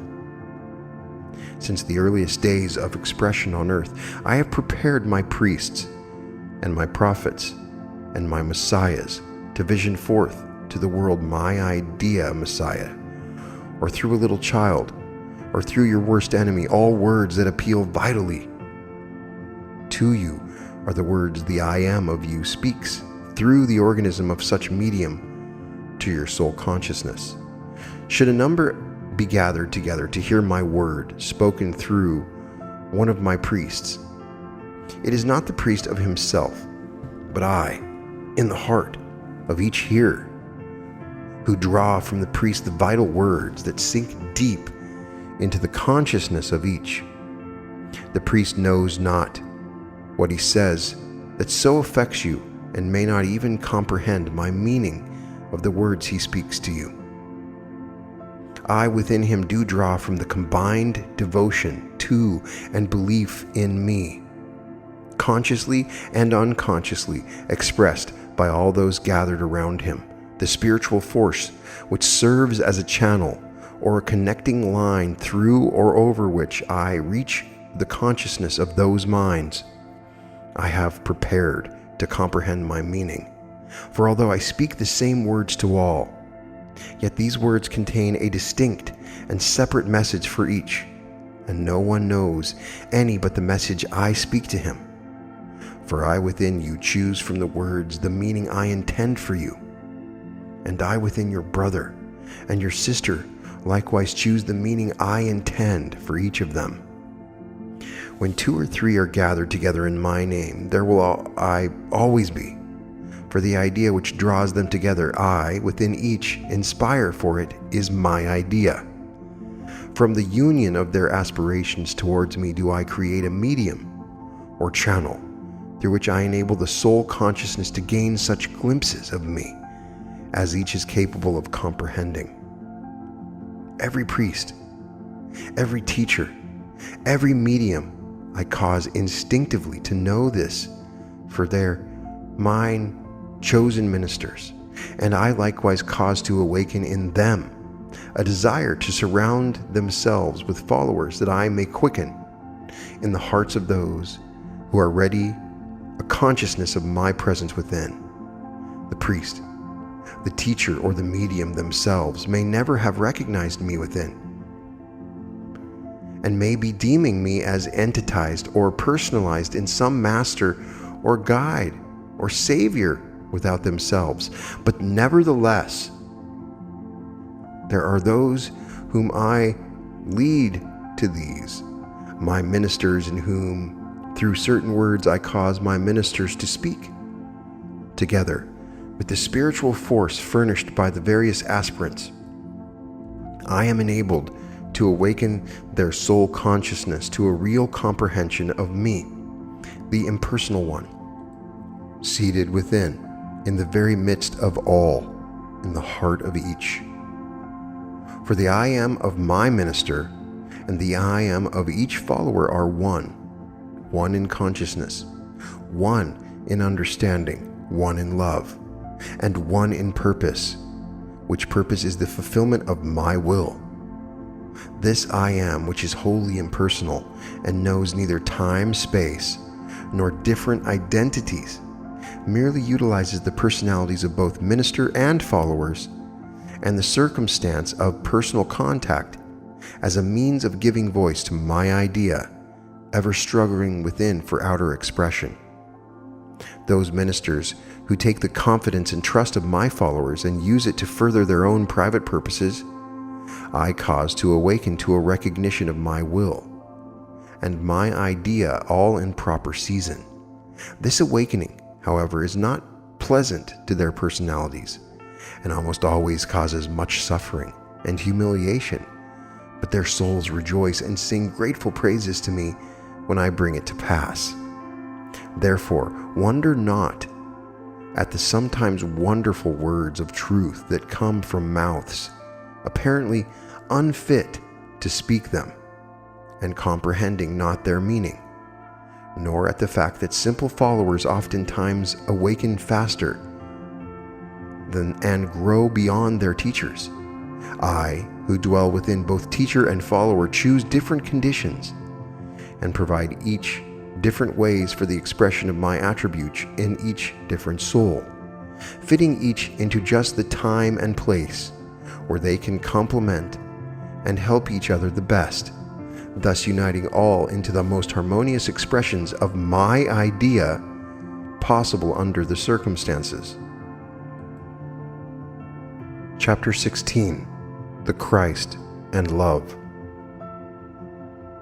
To you who fear that my words may destroy your belief in and love for the Lord Jesus Christ, I say, 2,000 years ago, when the process of the expression of my idea had reached the stage where I could show forth some of my divine reality, in order to do this and to recall to my human attributes their mission on earth, it became necessary to express through a human personality and to manifest in a human form my divine attributes, so their human minds and intellects could see and remember and be inspired by me within to let my ideas similarly express through and manifest in their human personalities.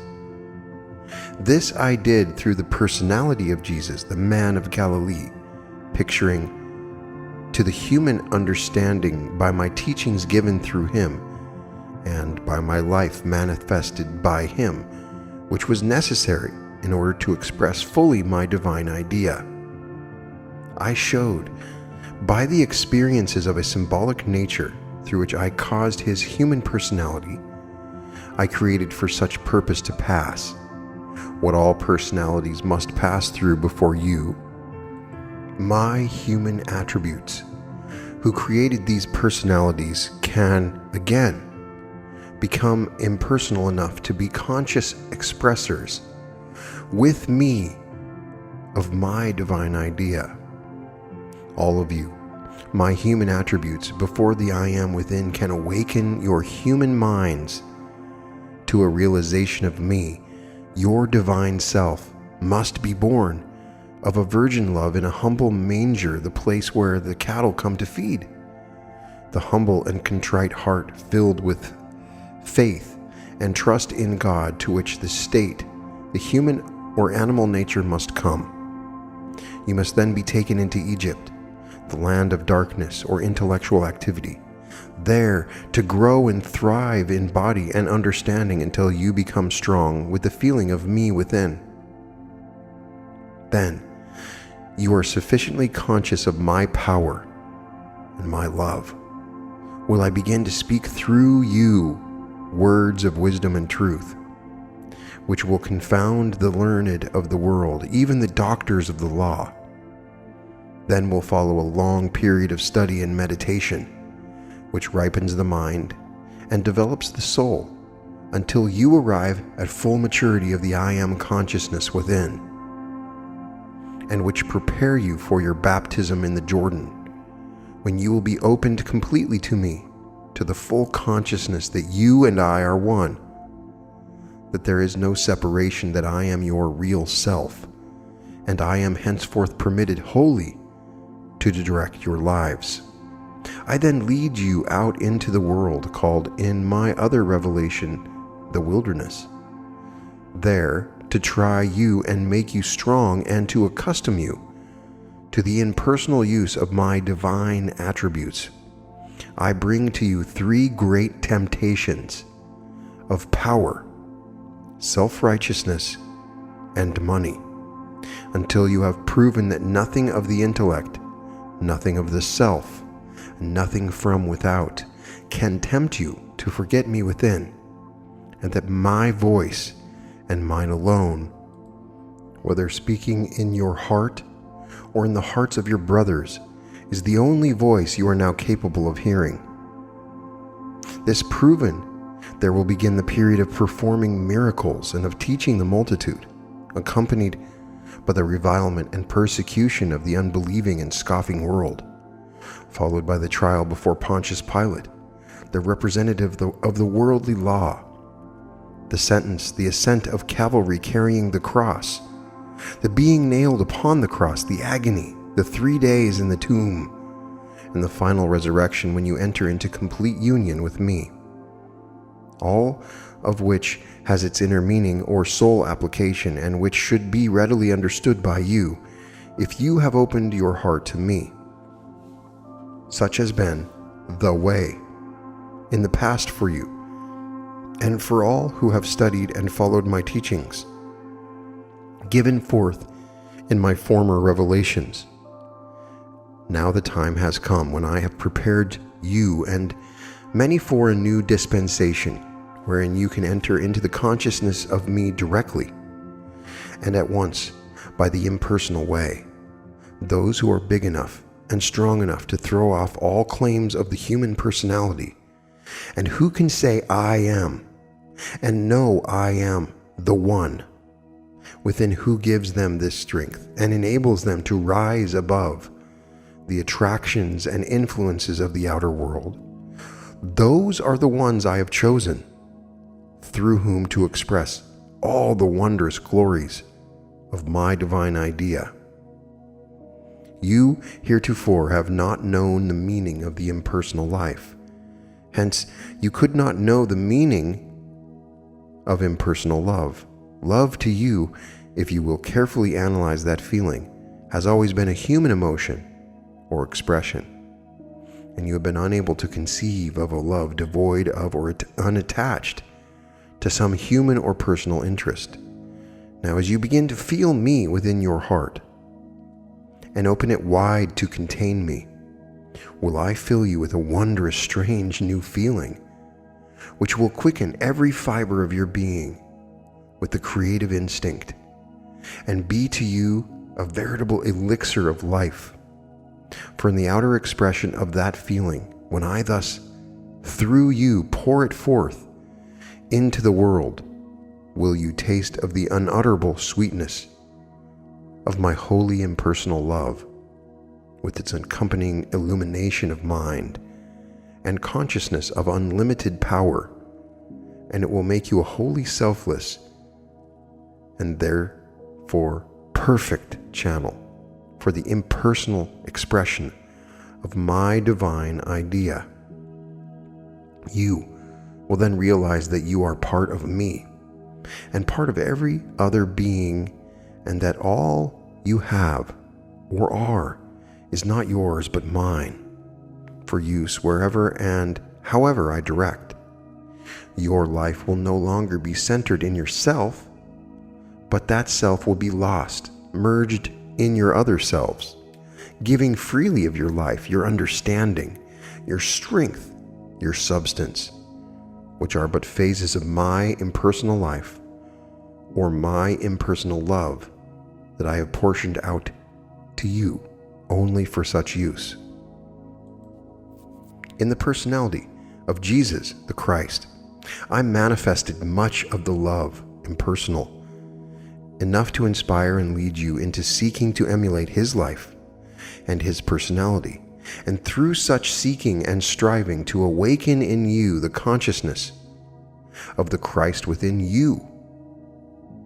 Through this awakening and the realization that the Christ is but the channel or door that opens unto me, I have finally brought you to the point where you can enter in and consciously become a part of my impersonal life. I here tell you plainly that my impersonal love has naught to do with personal lives and personal loves. All such are but the outer mediums I use through which to pour from out the heart of humanity into the world my real love, where it is ever expressing its all-embracing, vitalizing, creative, and uplifting power. My love considers not individuals or personalities. They are but pawns on the chessboard of life, which I move as I deem best to accomplish my purpose, the full and complete expression in humanity of my divine idea. In humanity only can I express my idea, even as you can express your idea of yourself only in and through your human personality. In humanity I live and move and have my being. It is the mortal personality and body of my immortal self, even as your personality and its body is what you use to express your being. All individual human personalities with their bodies are but the cells of my body and of humanity. Just as the I am of you is now building your body so that through it you can perfectly express my idea of you or your real self, so am I gradually building humanity so that through it I can perfectly express my idea of myself. As the individual cells of my body of humanity, even as those of your human body by partaking of my life, become impersonal and harmonious parts of the organs they form, they live a healthy and happy life. But let one cell oppose or act contrary to the general law of its organ, and the harmonious functioning of that organ becomes impossible, which naturally affects the whole body and results in disease. Every cell of an organ is an integral part of that organ, and its work is necessary to that organ's perfect functioning and to the perfect health of my body. So that unless each cell gives up all its power and all its intelligence, which are but attributes of the life I give it, toward the perfect functioning of my entire body, the only result for my body can be in harmony with its consequent effects: disease, suffering, sin, bondage, poverty, lack of understanding, disintegration, or death. Likewise, unless each organ gives up all the intelligence and all the powers with which I endowed it, to the one purpose of expressing and maintaining the life of my body in perfect health, the only result can be disorganization, disruption, rebellion, and finally war. War between the various organs and between their various respective cells, and a greater or lesser consequent chaotic condition in my whole body. In my body of humanity, this would mean war between nations, which are the organs of my body, as all war is but acute diseases or disharmony, and as my life, which in humanity manifests as impersonal love, can express only in harmony, even as in the physical body, it is always utilizing, equalizing, and preparing conditions so that it can thus express. This it does either by eradicating gradually from the various organs of the body all disease, weakened and unfit cells, or by developing the disease into a malignant form in the physical body. It throws off such cells quickly, by the billions, until a particular organ either is purified or its power of functioning is wholly destroyed. In other words, the real life and work of each cell and of each organ lies in giving up its individual life, that my whole body can be or express in perfect harmony. When each cell and each organ has no other idea than this, and makes itself a pure and selfless channel through which my impersonal life can flow, then has my body become harmonious and perfect, whole, and then can my idea express of earth its divine powers and possibilities, even as it does in the celestial realm of the eternal.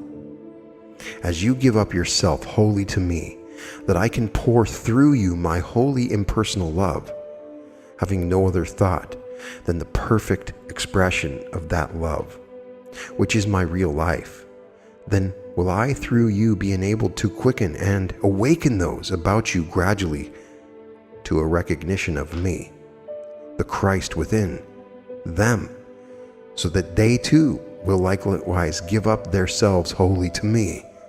Finally, the organ, or that particular part of my body of humanity, you and they form, attains perfect health and harmony, and adds its quota to the bringing about and maintaining of perfect health in my entire body. When such time comes, my divine life force, or my impersonal love, will be flowing and manifesting throughout all humanity, and my idea will be expressing fully on earth, even as it is in heaven. The earth and all earthly bodies will no longer be of the gross physical material they formerly seemed, but they will have become utterly purified and cleansed of the self, and will have been again lifted up to whence they descended, for the purpose of their creation, that of developing organisms for the outward manifestation and human expression of my divine idea, will have been accomplished, and having no further use for physical and outward mediums of such expression, I hereafter will create and express only with mind substance, which is the only medium needed in the heavenly world of the impersonal life. Chapter 17. Finding Me. You, who have studied carefully all that has been said herein, and who think you have gotten a glimpse of me, but yet are not sure, come close and listen with your soul to what I now have to say. Be still and know I am God. If you have learned to be still, if you have studied and meditated upon this I as God within you, if you are able to distinguish it from the personal I, and are conscious at times of being able to step outside, as it were, of your personality, and view your human self as it is, see all its petty faults and weaknesses, its base selfishness, its animal appetites and passions, its childish desires and foolish pride and vanities. If you can do all this and have seen these things with clear vision, know that at those moments you have been one with me in consciousness, that it was your real self, I within you, permitting you thus to see with my eyes the reality of things. At those moments you were freed from your personality and were dwelling in my consciousness. Call it cosmic, universal, spiritual, or impersonal consciousness, as you will. For you could not have seen these things in yourself except through impersonal eyes, my eyes. Again, if you will look back, you will recall many times when you felt strongly impelled to do certain things, some of which you did with perfect results, others of which you argued against your intellect, reasoning you into different action, and often with failure, disappointment, or suffering as a result. This impelling consciousness was only your real self, I within you, at such moments guiding you, distinctly telling you what to do. At those moments, you were hearing with your spiritual ears, my ears, and when you impersonally obeyed, success and satisfaction followed. But when you personally thought you knew better, discomfiture, regret, and unhappiness resulted. Again, there have been moments when you have felt approaching events or the nearness of unseen persons, or inharmonious vibrations when contacting others. This is only the real you feeling with your spiritual or impersonal body, whose consciousness, did you but know it, is ever on the alert to protect and warn and advise you regarding all outer things, conditions, and events. The best and surest way you may know me is when selfless love fills your heart and there is a strong, compelling urge to help someone, to heal their ills, to relieve their suffering, to bring them happiness, to point out the true way. That is the actual feel of me within you. Pushing the personality aside, using your mind and body for the purpose I created them, as avenues for the expression of my real nature, which is perfect love, the Christ of God, the one vitalizing, quickening, life-giving, strengthening, healing, all-supplying, all-informing power in the universe. All this is pointed out to you in order to impress upon you that it is I, in your spiritual body, the perfect body within, where I dwell, who am always thus talking to you, advising you, teaching you, warning and helping you in all the affairs of life, yes, in every little detail. If you but turn to me and will carefully watch for and study these impressions, which you are receiving every moment, and will learn to trust them, and thus wait upon and rest in me, putting all your faith in me, verily I will guide you in all your ways. I will solve for all your problems, make easy all your work, and you will be led among green pastures, beside the still waters of life.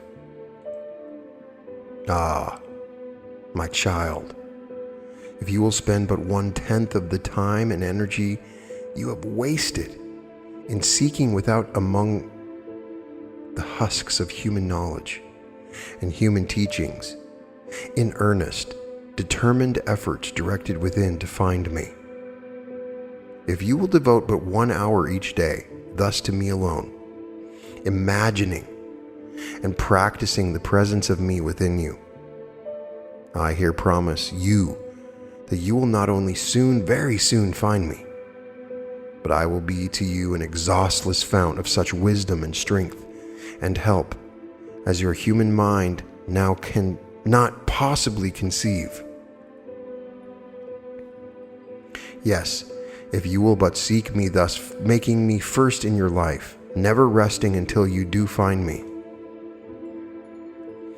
it will not be long before you will become conscious of my presence, of my loving voice, speaking constantly from out of the depths of your heart. You will learn to come to me in sweet communion, and you will find yourself abiding in my consciousness, and that my word is abiding in you, and that whatever you desire will in seemingly miraculous ways be done unto you. This abiding continually in me may be difficult at first, for the world, the flesh, and the devil are still presenting evidence to your consciousness. But you will become accustomed to the use of my impersonal eyes, and will soon be able to see into the reality of things, even into the reality of these seeming lords of the earth. Then you will find you are dwelling in a wondrous new world, peopled with angelic beings, using the flesh bodies of their human personalities merely as vehicles, or instruments, or clothing in which to contact the earthly conditions and experiences they have created, in order to develop their soul qualities necessary for the perfect expression on earth of my idea. To your eyes, then, there will be no shadows, no evil, and consequently, no devil. For all is light and love, freedom, happiness, and peace. And you will see me in all, in each being some attribute of me, in each animate thing some phase of me, and you will need only to let my love shine from out of your heart, and it will illumine for you the real meaning of all that you see. Then the great realization will come that you have found the kingdom of God, that you are walking in it, that it is right here on this earth, that it is manifesting all around you, that you have been living in it all the time, but you did not know it, that instead of being without in some far-off place, it is within your own being, within every being, the innermost inner of all manifested things. In other words, it would be found to be the reality of all things, and that all outward seeming is but the shadow of this reality created by man's misconceptions and his belief in his separateness from me. When you have found the kingdom, you will likewise find your place in it, realizing now that you are in truth one of my divine attributes, that your work was all laid out for you from the beginning, and that all that has gone before has been but a preparation and a fitting of your human personality for that work. Your whole soul will leap with joyful anticipation that after all these many years of wandering, you have at last returned to my home and can now enter into my real life, one in consciousness with me and with your other selves, all working to bring about the final perfect expression on earth of my divine idea. You, to whom the reading of this has brought memories of previous joys, and whose soul has quickened in response, do not leave these words until you have gotten from them all I have to tell you. Be still and listen to my inner voice, and learn of the glories that await if you are able to see with impersonal eyes and hear with impersonal understanding. However, if this reading brings to you your first vision of my reality within you, setting in motion by this partial realization of me and my kingdom, high vibrations which lift you into a temporary spiritual ecstasy, and you resolve to try to abide always in this consciousness of me, and always to obey me, do not be discouraged should you fail, when immediately thereafter an occasion comes to test the sincerity and strength of your resolve. It is only by your trying and failing and realizing keenly your lack of strength and ability to rest and trust in me that I can quicken in you the consciousness of my divine powers, ever waiting to manifest through you. These high vibrations are only the arousing into action of certain soul qualities and their corresponding faculties, which must be awakened before I can manifest such powers. And naturally, when such soul qualities are aroused, they meet active opposition from certain other qualities, which heretofore held undisputed sway in your nature, and which must be overcome and brought under subjection, and then lifted up into their true service before the soul qualities can freely express. And this opposition should and will strengthen and test and perfect the expression of these soul qualities. For you must be capable of withstanding every attack from without before you can fully manifest all my divine powers, pushing forth from within. Know that I am manifesting these powers in you just as fast as you can bear it, and be strong, The mistake you make is in trying to grow yourself.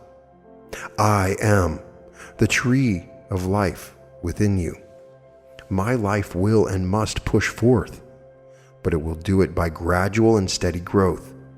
You cannot come into your fruitage before you have grown to it. Remember, my life is all the time building you up into the perfection of health and strength and beauty that must express outwardly as it is even now expressing within. You have begun to realize I am within, but have not yet learned to commune with me. Listen and learn now. You have learned to be still, and you have perhaps felt my presence within. If so, realizing I am there, ask me a question. Then, with a silent, earnest prayer to me for an answer, but without anxiety, care, or personal interest, and with an open mind, wait confidently for the impressions that will come. Should a thought come in answer that you recognize as what you have heard or read somewhere, cast it out immediately and say, "No, Father, what do you say?" Other thoughts may come from other human sources, but if you are alert, you will recognize them as such and refuse to accept them. Then if you persist in asking me, you will finally get an answer that you will feel is really from me. Thus it will be at first, when you have learned to distinguish my voice from all other voices, and can keep your personal interest wholly suppressed. Then will you be able to hold silent communion with me at will, without interference from other ideas, beliefs, and opinions, and you can ask any question you wish, or another can ask you any question on any problem on which they need help, and I will that moment place in your mind the words to speak, either silently to yourself or audibly through your tongue to the other. You, my beloved, who have consecrated yourself to me and are bending every effort to find union with me, but instead have found apparently that every prop of the world's support has been withdrawn or is being withdrawn, and that you are without money and without friends and know not where to turn for human help. Learn, my blessed one, that you are very, very close now, and that if you will only continue to abide in me, letting my word abide in and guide you, resting and trusting absolutely in my promise, I will very soon bring to you a joy, a fulfillment, a peace that human words and human minds cannot possibly picture. For you have obeyed my commands, and you have trusted me, and have sought first my kingdom and my righteousness, and therefore will I add all other things unto you, even those the world has denied you. You, my dear one, who likewise have consecrated yourself to me, but who are still holding to some of the world's standards, being unable to let go and trust wholly to me. You, to whom therefore I have permitted failure, disappointment, even poverty, in order to let you learn the false value of all worldly things, their impermanence, their lack of power to provide happiness, their having nothing to do with my real life. You, dear child, who do not yet see this, and whose heart is full of anxiety and fear, because you do not see where tomorrow's bread is coming from, or the money for next week's rent, or for the past due mortgage, listen once more to my words, long since given to you in the Sermon on the Mount. Therefore I say unto you, take no thought for your life, what ye shall eat, or what ye shall drink, nor yet for your body, what ye shall put on. Is not the life more than meat, and the body than raiment? Behold the fowls of the air, for they sow not, neither do they reap, nor gather into barns, yet your heavenly Father feedeth them. Are ye not much better than they? Which of you by taking thought can add 1 cubit unto his stature? And why take ye thought for raiment? Consider the lilies of the field, how they grow. They toil not, neither do they spin. And yet I say unto you that even Solomon in all his glory was not arrayed like one of these. Wherefore if God so clothe the grass of the field, which today is and tomorrow is cast into the oven, shall he not much more clothe you, O ye of little faith? Therefore take no thought, saying, What shall we eat? Or what shall we drink? Or wherewithal shall we be clothed? For your heavenly Father knoweth that ye have need of these things. But seek ye first the kingdom of God and his righteousness, and all these things shall be added unto you. Take, therefore, no thought for the morrow. For the morrow shall take thought for the things of itself. Sufficient unto the day is the evil thereof. Do you need any more definite commands, or any more definite promise than these? You, who have consecrated yourself to me, and call yourself my disciple, listen. Have I not always provided everything? Have you ever been in need? But would I always appeared with help just at the right moment? Has there ever been a time when things looked dark that I did not bring light? Can you, with what you now know, look back over your life and see where you could have ordered it better? Would you exchange your spiritual understanding for the earthly possessions of any one you know? Have I not done all this despite the fact you have been rebelling and refusing to listen to me all your life? Ah, my children, can you not see the money, home, clothes, food, and their acquirements are only incidents and have nothing to do with your real life, excepting as you make them real by thinking into them so much importance and letting me remain only a side issue? If it becomes necessary for you to be deprived of the things of the world that you may learn the truth, that I am the only important thing in life, that I must be first if you truly love me, I permit this, that real and lasting happiness and prosperity can be yours. This applies to you also, my child. You who have lost health, have lost courage, have lost all hold of yourself, and after weary years of seeking without from earthly physicians and remedies, following faithfully every instruction and suggestion given in order to regain the life you have lost.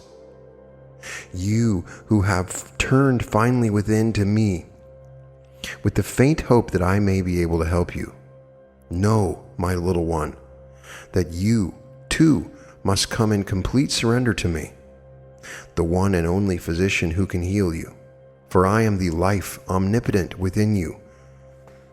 I am your health, your strength, your vitality, not until you can feel me within and know I am all this to you is real and lasting health for you to experience.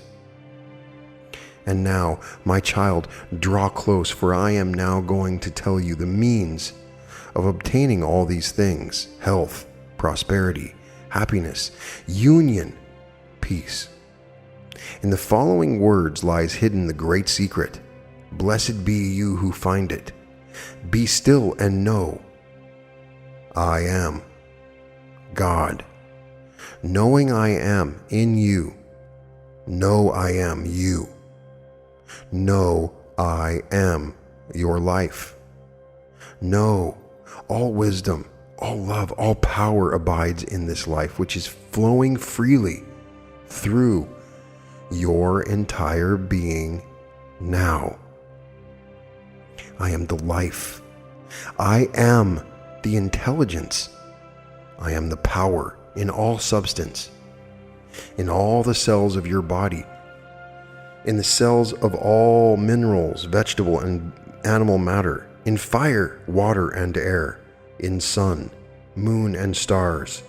I am that in you, and in them which is. Their consciousness is one, with your consciousness, and all is my consciousness.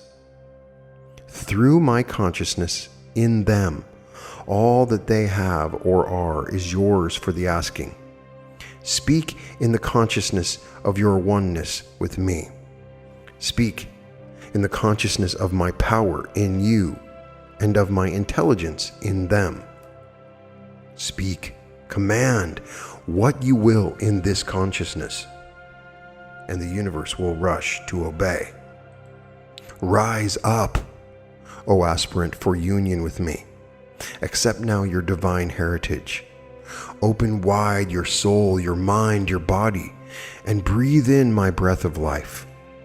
Know that I am filling you full to overflowing with my divine power, that every fiber, every nerve, every cell, every atom of your being is now consciously alive with me, alive with my health, with my strength, with intelligence, with my being.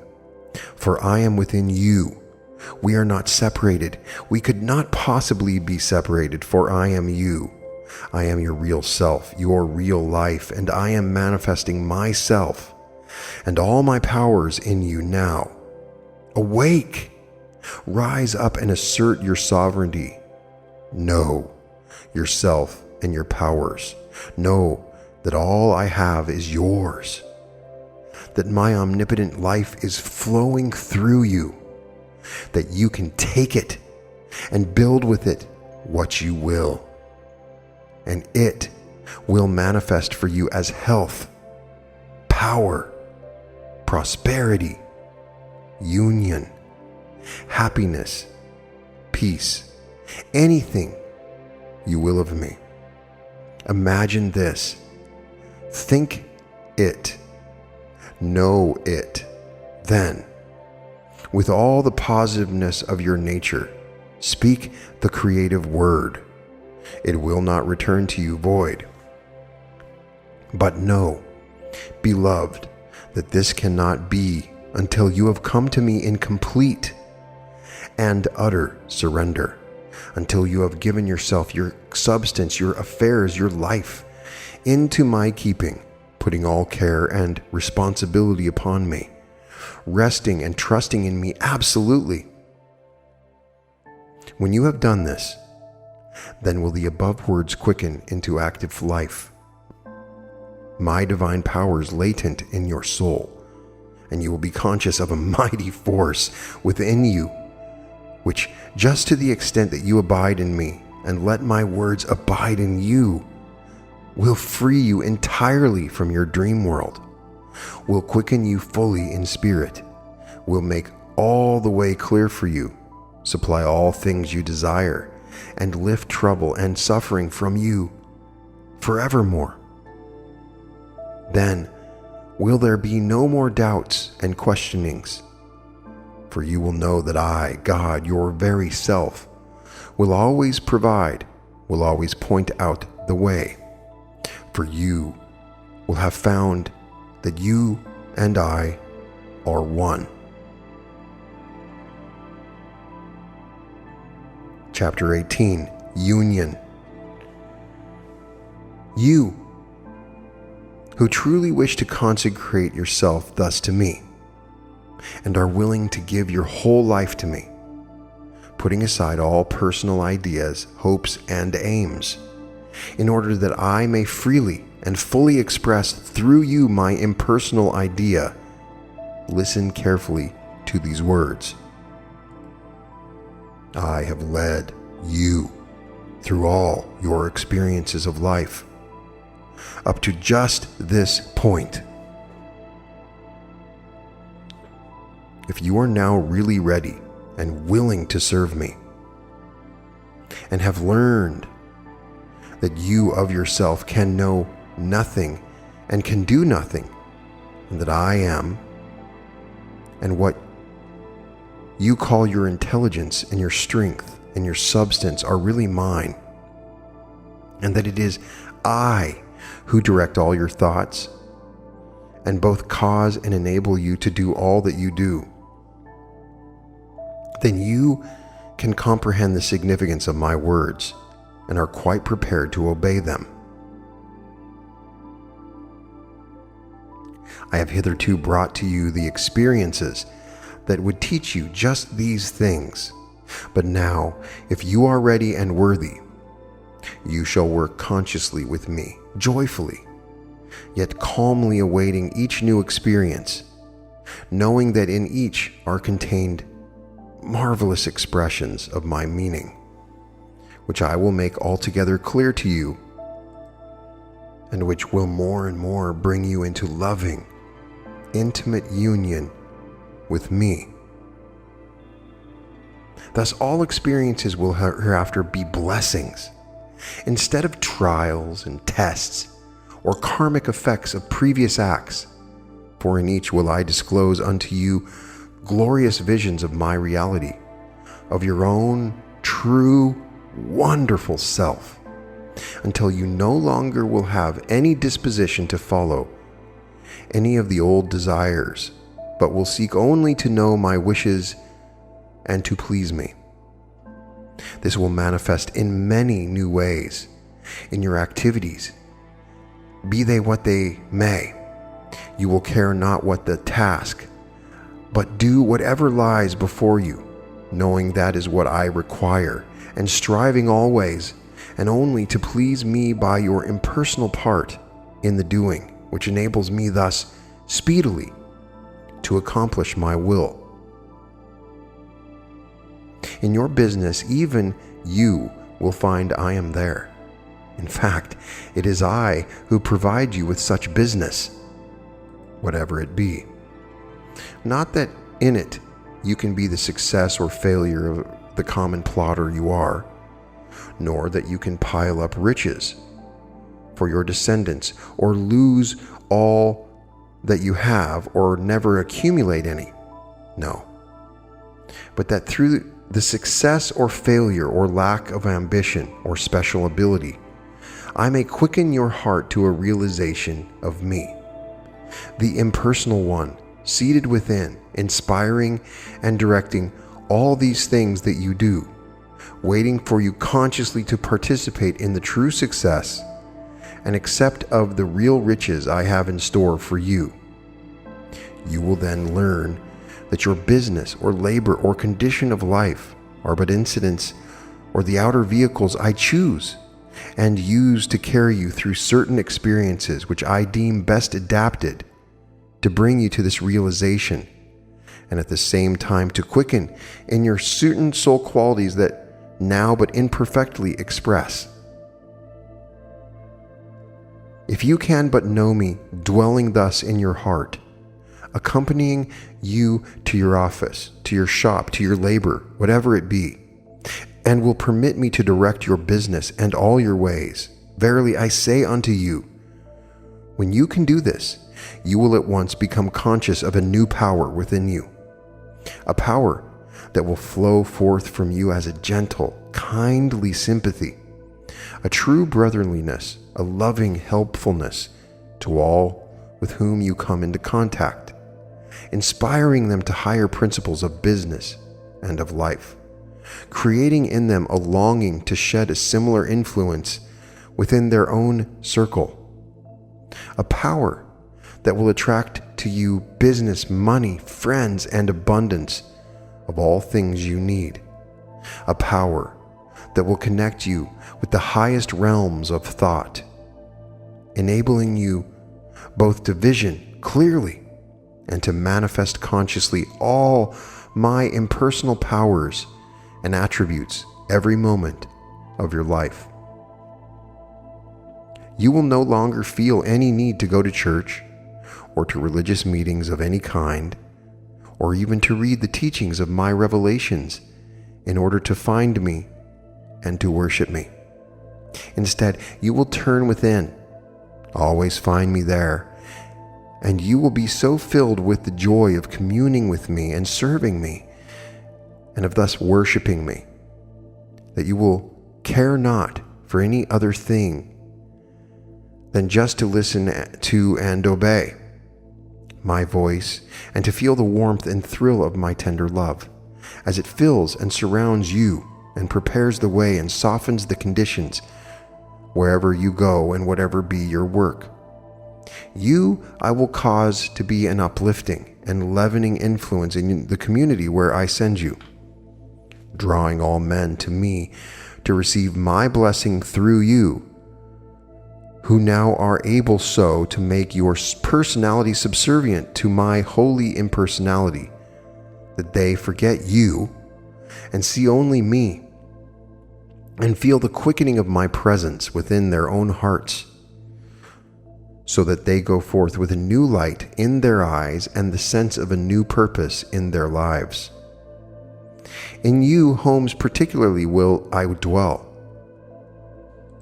Through those nearest you will I teach you many wonderful things, which now you can understand, when before you passionately rebelled against their truth. Through husband, wife, child, brother, sister, parent, will I now be able to develop in you these great qualities: patience, gentleness, forbearance, tongue control, loving kindness, true unselfishness, and an understanding heart. For I will cause you to see that I am deep down in their hearts as I am in yours. Now, will you be able to appreciate this and profit by it? When you truly do comprehend this great truth, you will be able to see me in your brother, or your wife, or your parent, or child, appealing to you with loving, joyful eyes when they speak. Instead of blaming them for their seeming mistakes, you will turn within to me, the impersonal one, who will speak through you gentle words of loving kindness, which will immediately soften the heart of the other and bring you once more together and closer than ever before. For I, the real I, in the heart of each, am one, and always respond when thus called upon. Yes, if you can but know it, your greatest school and your greatest teacher is in your own home, by your own fireside. Much, very much is reserved for those who consciously know this, and permit me, the impersonal one within, to do the teaching. For I will not only teach you many things through the mouths of those nearest you, but I will teach those others similarly through you, but with this difference: if you are conscious of me and impersonally are resting in me and my wisdom, then you will permit me to inspire your words and to empower your acts. And you will not be concerned about their effects upon others or upon yourself, putting all responsibility upon me. When you can do this, you will marvel at the changes you see taking place, both in your personality and in the personalities of your dear ones, until you are able to see back of their human personalities, me, your own impersonal self, shining from out their eyes. When you can thus see me, then will the heavens be opened unto you, and no more will you see flaws in your brother, or hear inharmony around you, or feel unkindness coming from any other fellow being, for you will know that I, the impersonal one, within that other, am the fount of all perfection, of all harmony, of all loving kindness, and wait but for the human personality to make the recognition. Step submissively aside and let my light shine forth, resplendent in all the glory of my divine idea. Then will you see that all conditions in which I put you are the places I have chosen where you can best serve me, that in all places and in all conditions there is much, very much to do. The more objectionable they are to the personality, the more need there is of my living presence. Wherever you are, when the awakening comes, whatever has been your training in business, in a profession, in manual labor, in the church or in the underworld. There lies perhaps your best opportunity to serve. For there you know best the manner and the way. For how can my and your other selves awaken to a knowledge of my presence within, without the quickening influence which must first come from without?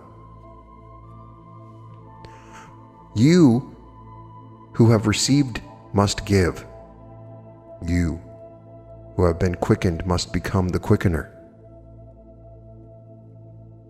You must take into this business, into this profession, into this labor, into this underworld, my living presence, must open the doors of the saddened and sickened heart, and let my light and my healing love pour in. You must supply the leaven that will leaven the lump. If these conditions are to be lifted up, you, my awakened one, must carry to these. My ignorant and betrayed ones, my inspiration, my blessing, my strength, that they can rise up and throw off the influence of the world's ways, can hearken to my voice within, and can hereafter be the master of surrounding conditions and no longer the slave. No condition in life can be lifted up or conquered by running away from it. The divine touch is needed and must be supplied. It can only be supplied by one who has sounded the depths as well as reached the heights of human experience, with me as guide and interpreter. You who read and whose soul comprehends are blessed, and your work lies before you. But you who still hesitate while your personality quakes in fear, as the light filters through your clouded intellect, you too will soon partake of my blessings, for I am rapidly preparing you for the joy that awaits. Both you who comprehend and you who fear know that I am even now manifesting my will through you. And the time will surely come when you will know no other will but mine, and when all things you will come to pass, and you will awaken fully from your dream of separation and know me as your real and only self. This will not be until you have given yourself and everything in your life wholly over to me, and there is nothing left in your human personality to attract from others the slightest inharmonious thought or feeling by act or word of yours. Your way, then, will be one continuous round of blessing. Wherever you go, will my light shine and my love radiate forth about you, creating peace, concord, unity. The great thing will be, though not great but natural when once you understand, that everyone will be better and happier by reason of your appearance in their lives. For the I am in them, while still in the flesh, has found or sensed within you a truly impersonal avenue of expression, and therefore feels, though not consciously, by the personality, the glory, and the holiness of my impersonal life.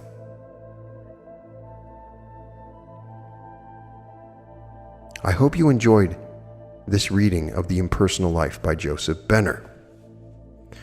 This book is jaw-dropping to me. It is feeling like it is speaking directly to me, and it was a joy to read. This is absolutely 100% consistent with everything that Neville Goddard says, as if this was written from one of his lectures, as if you finished a lecture by Neville Goddard and the God that he speaks of comes right up to the podium and speaks directly to you. We get the concept of desire being an important thing. That is the one thing that pushes you to create your reality. And I've talked about this several times, but it is also a concept that Neville Goddard talks about. That is the thing. If you have a desire, that means that you can create and have that thing. As Frederick Dotson says, if you have a desire, it means that there is a parallel reality where that thing you have it. But this had so many levels to it and deserves multiple readings. I will sleep to this. I will listen to it. There is information that's being given on so many different levels about the creation of the universe, how we all came from source. And of course, a lot of this stuff is similar to what we've already heard, but the way that it's written with such confidence and brashness from the first person, as if it's channeled directly from God himself, is just beautiful. There is not an incorrect word in this whole thing. It just is. And it answers so many of my questions about God, understanding my place in God's plan. The one thing that I continually thought about with this is the law of one. Now, the concept of the law of one is the law of one thought. The idea that the entire universe and everything we have and all of creation is based upon one thought, the one thought of the Creator. Now, he is saying throughout this that all of life is an expression of this idea, this one idea. If this thought is a well thought out idea of expansion and creation and evolution of multiple souls on a godlike path through levels of consciousness, then that's what we're seeing. But it's probably even more complicated than that. But it all comes down to one idea, the law of one thought. So the really interesting thing in the law of one material implicates that advanced societies, advanced planets reach the next level when they come to this realization of the law of one. Because of this realization, it gives them power. They are able to access intelligent infinity, which has multiple benefits for them. Incredible miracles start to occur because of this access to intelligent infinity. And it's through an understanding of this law of one. I think that we can see the law of one in everything, the Creator's role in everything, the explanation of how God is within you and why God is within you is just beautiful. And I will definitely go back to read this. And I would love to know what you think. I almost skipped this book, and I don't know why I have never heard of it. The Impersonal Life sounded like, oh, this is going to be an autobiography or something. And honestly, I was like, I don't even like that title. It sounds boring. But now I understand what he means by the impersonal life. It's the God within you is impersonal. And you have a personality that you've created through your life, but it has nothing to do with the real you within. I've said that I feel like I can channel my higher self. And I've always thought that the higher self is just an advanced aspect of the Creator that's unique and individualized to my experience, speaking to me directly of my experience. But obviously, it is the same Creator. What's interesting here is the discussion of what the Creator allows you to go through all these hoops and learn about all this knowledge for the ultimate disillusionment that occurs. There's an explanation of why we are given all this information and go through all these metaphysical journeys to reach the point of just purely understanding that you are God and that God is within you. The I am is you. I am. So the voice within is you. There is no differentiation, no separateness. And even when I'm reading it, I'm feeling the separateness, as if I'm being told what to do and being chastised by this brash and confident I am. But the I am is me. And when you have that realization, it is very powerful. Now, I don't know what to make of all of it, but I really loved it. And I would love to know your opinions. It's always fun to share these intricate pieces of knowledge with you, and that was a fun book to read. I read it in one sitting. Usually for a book this long, I would definitely take several days, but time flies when you're having fun. In any case, all episodes of The Reality Revolution can be found at therealityrevolution.com. and welcome to the Reality Revolution.